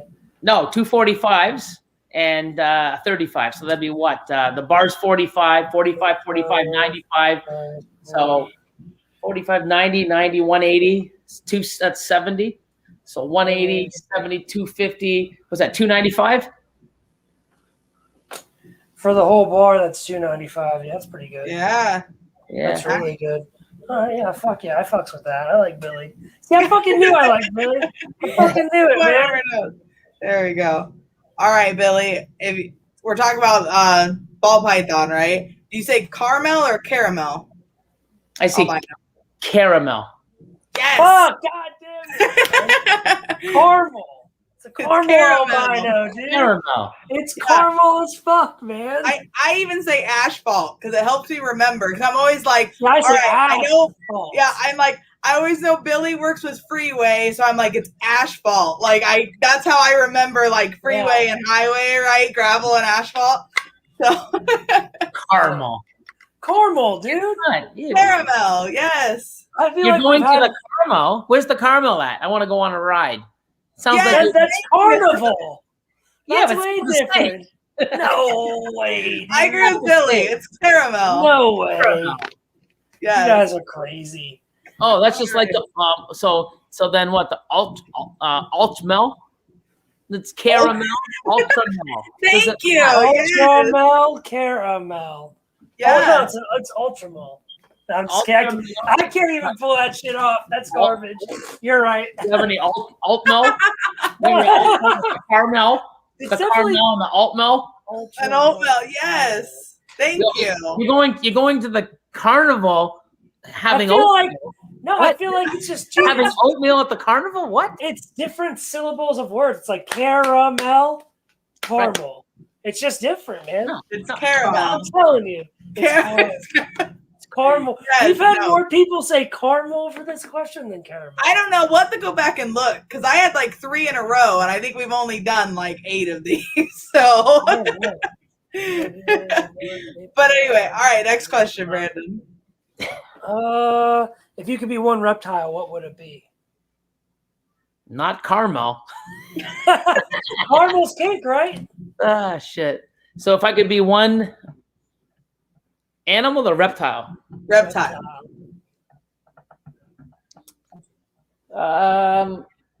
Komodo dragon. That's a really Yes. good fucking answer. Yeah. Ain't fucking with me, man. Yeah, you know, Yeah. fucking with you. Fucking tearing Fuck shit up. that, man. You know, Yeah. get out of my way. Fuck off. That's a dream species for me to keep. Yes. It All right. is. Kind of Yeah. puts us into our next. What's your favorite reptile species? Like, if you could have any reptile species in the world, what would it be? Oh, Don't say ball pythons, because I know you're lying. yeah, no. There's just so many cool species. I'm not really like really into. I just see them like, oh my god, they're super cool. Oh, I love the color. Ugh.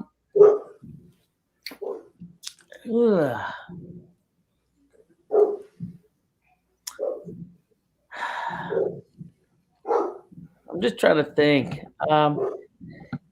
You know, if I could, and I would say like an eyelash. I think it's called an eyelash pit viper. Yeah. You know, Yeah. they're just so cool and mean, and that head.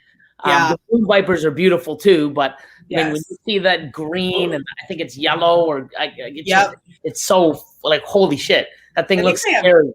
I think they have blue ones now too, don't they? I think I just recently saw some. They Yeah, have they're red, yellow, green, and blue phase all eyelash. they're amazing. I agree. They're super cool. They're just very different. Like there isn't necessarily another species that is like awesome. They look like they have a texture to the Yeah. scale. I really It's like sick, eh? it.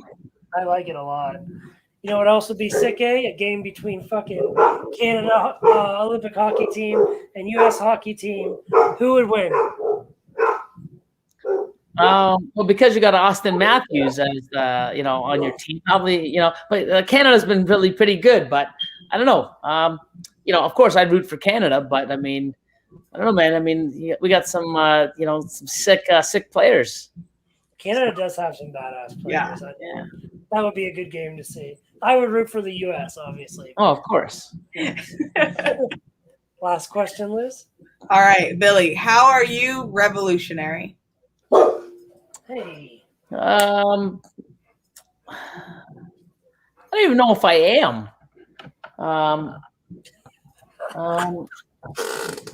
Well, all the fucking Bob Python breeders in the entire industry, Billy, I don't know if I am. Yeah, right. Bullshit. I can name a bunch of ways you're revolutionary. Well, no, because nothing. I mean, it's not like I invented anything, or it's not like I came up with it. Like even a sticker swap. I mean, I had stickers of Mutation Creation back in 2012. I don't know if I had one of the first stickers. I don't know, but I had them in 2012. Before that, I had pins that I used to hand them out to everybody. Yeah. You know, just for branding. But when I saw people doing stuff and putting it on their incubators, I'm like, you know what? There's no fucking way I'm ruining these beautiful incubators, you know, in my facility. Yes. You know, because it just wasn't me. I like looking in. I like when people look in and say, oh, look at the clutches. So I'm like, what do I do? And I look up, I'm like, fuck, that's it. And I got people to collect the, you know, for me and then doing it. I didn't invent the sticker swap.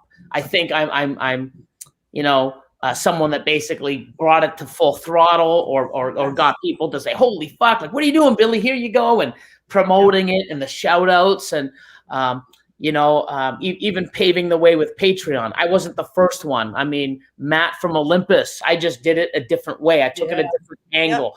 I've, you know, no one's is like mine, and other people that have it, theirs isn't like mine, but they, you know, I brought it to sort of light maybe. and I got ridiculed for a lot of that. You know, and then now they see the point behind it and the shit that happens. And now a lot of these bigger breeders are utilizing it because they see how great of a platform it is. You know, I got ridiculed for that. Like, oh, you know, it is what it is. You know, maybe the scissor thing I could say, I mean, I've been doing that forever, and I took a lot of heat. But I mean, I think that maybe, even though I probably wasn't the first one to ever cut with scissors, but I'm definitely one of the ones that brought it to light and stuck by it and took the criticism, and, you know, and stuck by it, what I believed in. But I don't think I created anything that, you know, like even Husbandry Pro, you know, I was going to do this with another person. They flaked. I gave up on it. I went to go buy a website, and they said it's not for sale anymore. And I'm like, oh, that sucks. How come? And told me about this project. I'm like, oh my God, tell me more about that. And I got involved.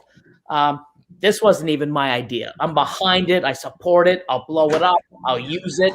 I don't think anything I've done, you know, maybe create some cool morphs that I'm world's first, but anybody else could have done it. It's not like I did anything revolutionary, but it's a hard question. I mean, I'm definitely going to be known. I am now and years to come for being a supporter of a movement or this or that or what I've done or what I stand, or which makes me feel good, because I mean, I love this industry and I love seeing people do well, and I love to be, you know, not everybody likes me or can stand me, but everyone that does know me and seen me over the years know where I came from, what I've done, the hoops and the stuff and the battles I've had to come and get to where I'm at.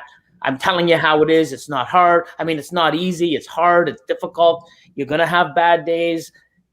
I just tried to just do what I do and share it and motivate people to try to get, you know, through a day or over a hurdle, or educate them or do stuff or show them so they don't have to get into those situations. And if they do get in a situation, help them, you know. So, hey, I watched Billy's video, or I watched this guy's video. Cool. Now I can save this animal instead of not knowing what to do. So, you know, I like to think everything that I do is positive and beneficial for the community and other people, and inspiring people. That I think is incredible, that I can just be myself, and do what I love, and just put a camera on and good, bad, fuck up, just whatever, no edits. I feel comfortable doing it, and people get inspired or want to become a part of this, or take that, you know, listen to what people say and move forward and turn this and chase their dream, or, you know, I wish I did come up with something that's like, hey, you know what? Like, I invented this, or hey, it's because of, you know, I've just taken things that people have done and pushed it a little harder, or, you know, add my own little tweak to it. But, you know, I just want to be known for someone that, you know, like, obviously, you know, I mean, you know, you see me on multiple platforms, different days, tired or not, or I'm hyper, I'm passionate, I love what I do, I care about people, I try to be positive, but I also tell you reality. I'm not always perfect.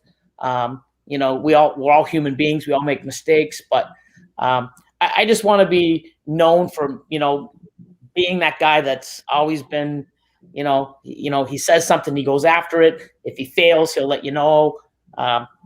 You know, I want to be known just for more than a snake breeder, you know? Yeah. You know?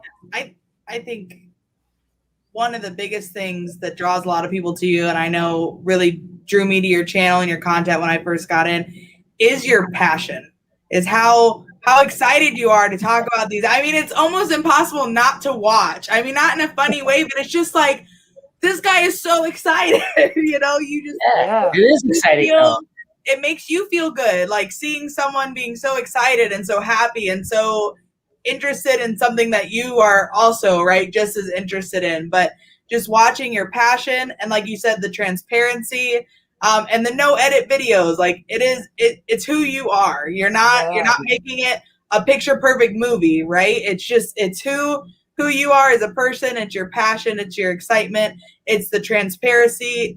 I think there's something to be said being able to be with a breeder, because obviously, Billy, we've never met in person, but we've talked. I'd be like, we're pretty good buds on most days. No, but it's like we get to see all the good and the bad that comes with it, and we are excited with you and for you, and we hurt with you and for you. I mean, I can remember seeing the video of that snake shipment that you had come in. I thought about that today, and I almost cried. It just like not even bullshitting, dude. I was crying watching the video because of seeing how upset and obviously hurt you get. Anyone would be over the animals, but just being able to experience that. And I also remember it, and I mean, like bringing up all bad memories, right? But like your special leopard monsoon boy, going through, and I can remember being like, man, there was a couple day updates there being like, just pull through. Like, I want this one hatchling, I want this animal to make it and to pull through. But to be able to, experience those things with someone who you've never even met, it's kind of, it's I don't know. It's just something that you don't get with every breeder or every person or every, I could have easily, deleted that or not. It's doing okay. I sold it to Japan. Like I could have easily fluffed it off.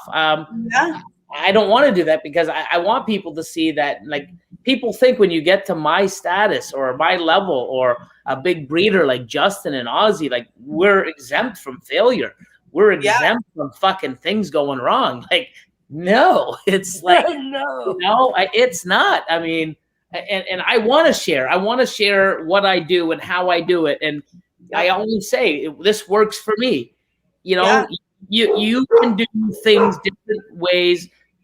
Like, somebody could be the building beside me and do things totally different and still be successful.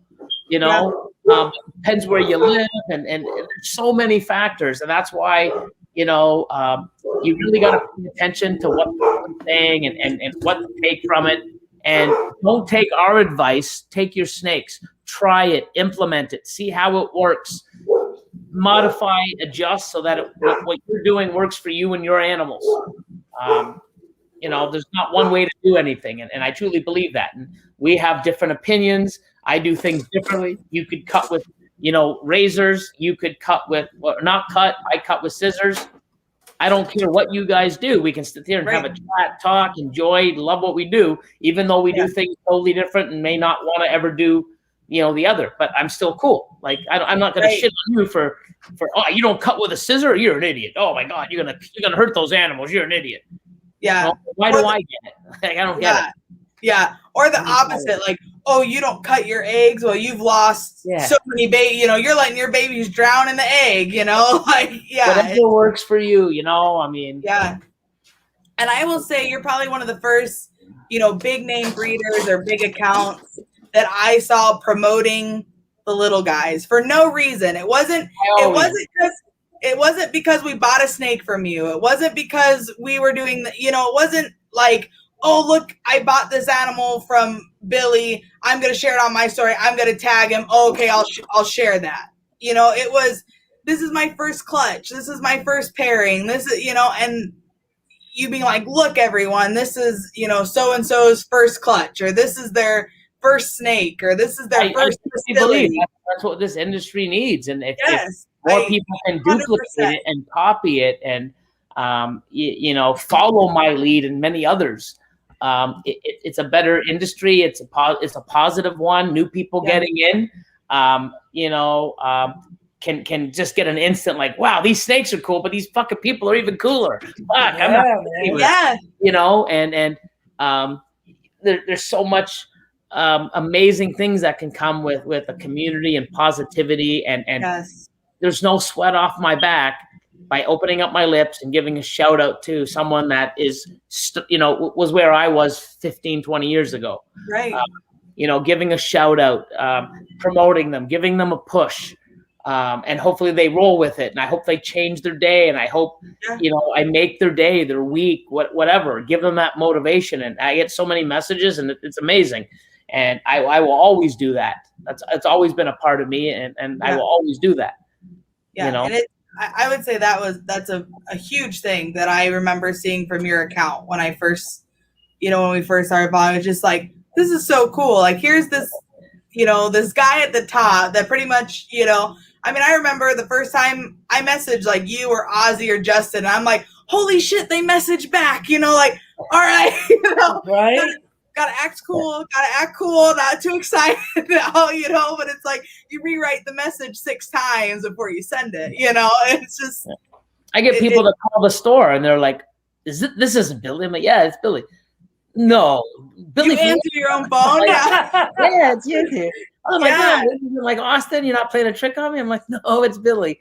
You know, and it's crazy. Yes. It's just like when I go on people's lives. Oh, Mutation Creation. I don't know if it's Catherine, if it's Lord, it's Austin or Billy. Hey guys, hope it's Billy. I'm like, no, it's me. I'm the only one that has that account, and I don't let other people have it. So everybody, I jump on as MC. It's me. And I just love to see how they get excited, and it's awesome to have that effect on people. And it's not like I'm trying. I'm just a guy with tattoos that loves snakes and struggled, got to where I am, learned from my mistakes, learned from other people, continuing to learn, continuing to do what I love. I keep putting stuff back into my animals, into myself, into my business. That's why I'm growing. I put my my trust in my team now and pick the right team members, and with them now I can expand. And it's not going to be easy, guys. It definitely won't. But when you find the right mix and you find the right thing, you'll know. You'll definitely know. You'll know when's the time to move forward, when to slow back. Hey, now's the time to fuck it. Let's invest in ourselves and let's get a facility. And you'll know. And you got to have that feeling and go with your gut, but be calculated. Get some advice, learn, reach out to others, and maybe get some other advice. But it's amazing to, my whole journey here and what I've been through and what I've done and people I've met and stuff that not revolutionary, but the things that I've done that has basically really made a mark where people can, oh, Billy in the sticker wall, or the sticker ceiling back in the day. They used to call it sticker wall, fucking all the time. You knew at some point that it was going to be the sticker wall. But even things like, doing, filming without editing. I think I'm one of the first. Oh yeah. Cutting with eggs and the Patreon and stuff. I wasn't the first person to do it, but I was the first person to do it differently and successfully, I guess. My Mail Mondays, I just do that for and it's my shittiest watch stuff, but I still do it and I don't care. It's just what I do, right? And it's my own unique thing, and everything that I try to do, it's just genuine, and I enjoy doing it. And that's why I do so many lives and stuff like that. And I give so much time because I know I'm out there affecting somebody. Somebody's going to push forward. Hey, I heard that from Billy. It's going to fucking save them on a clutch or give them an extra clutch or stay away from that one person. Or if anything I say, somebody can watch me rambling for hours and get 5 minutes of something I say or a conversation that, I'm talking about or someone else brings up, saves them or makes them a better person or pushes them forward. It was worth the 3, 4, 5 hours of my time, Yeah. I think there's something to be said too. You're like, just being yourself and being genuine. There's something to be said about not hiding behind a fake facade. You can take yourself so much further when you just allow yourself to be yourself than to try to keep up this facade or persona that you're this different person. It takes up so much time and effort and holds you back so much that if you would just allow yourself to be who you are, you would probably extend tenfold in a third of the amount of time just because you aren't constantly trying to keep up with this. Everything's perfect. Everything's great. And I want to be the person that I think everyone's going to like. Right. It's just, there's a point where when you learn I'm going to be me. And if you like me, you like me. If you don't, you don't. And there's something to be said about that and the time and effort, but there's something to just be said about that personally too, right? To just be able to say, this is me, take me or leave me how I am, and just kind of getting rid of all that pressure or stress and being able to move forward and not have to worry about it really, you know? Yeah, and your following will be the people that should be following you. The genuine. If you are genuine, that'll be your people, your supporters. They'll be there supporting and following you because they actually like the content you're putting out because you're being real. You're being yourself, you know? And that was something I noticed about you, Billy, real quick, is like, you were super genuine, and I could tell you never forgot where you came from. Hell no. And that's what the fuck I'm talking about. And that's why I was watching your channel like before you even had any like one in the crew that you had now. Like I remember you were like a wife beater, like your videos bro, like you're like on this table and you had way less racks. But I was still like, I remember seeing in a video a piece of a poster, and I think it said like "Hatch Your Passion" on it, and I immediately was like, that dude. Yeah, I get that. Like I connect with what you're trying to say right now. Yeah. And I was just like, fuck yeah, I've been watching your content for like years, dude. Oh man, I appreciate it. Like I really do, man. You know, if I can, you know, help anybody in even the smallest way, you know, and that is revolutionary, especially by today's standards. Yeah. 100%, man. Definitely. Well, Billy, thank you so much for giving us your 3.5 hours. Brother. Thank you so much. This is awesome. We had a great time. Hope you enjoyed it as well. Hope we got some untraditional, not the same questions over and over. Got everyone's, you know, mind thinking a little bit. That's kind of our goal. So that's right, Kenny. Yes. Yeah, fuck it. I love that shirt. I had to get the t-shirt. I was like, yes. Yeah, dude. Awesome. Hell yeah. Awesomeness. All right. Well, everyone, it's been 3.5 hours. It's 11:30. We'll see you all next week. Next week we have Shane from Small Town Exotics on with us. Right, man. Yeah. So should be a good one. All right. Thanks, everyone. We'll see you next week. Right. Bye. Okay. See ya.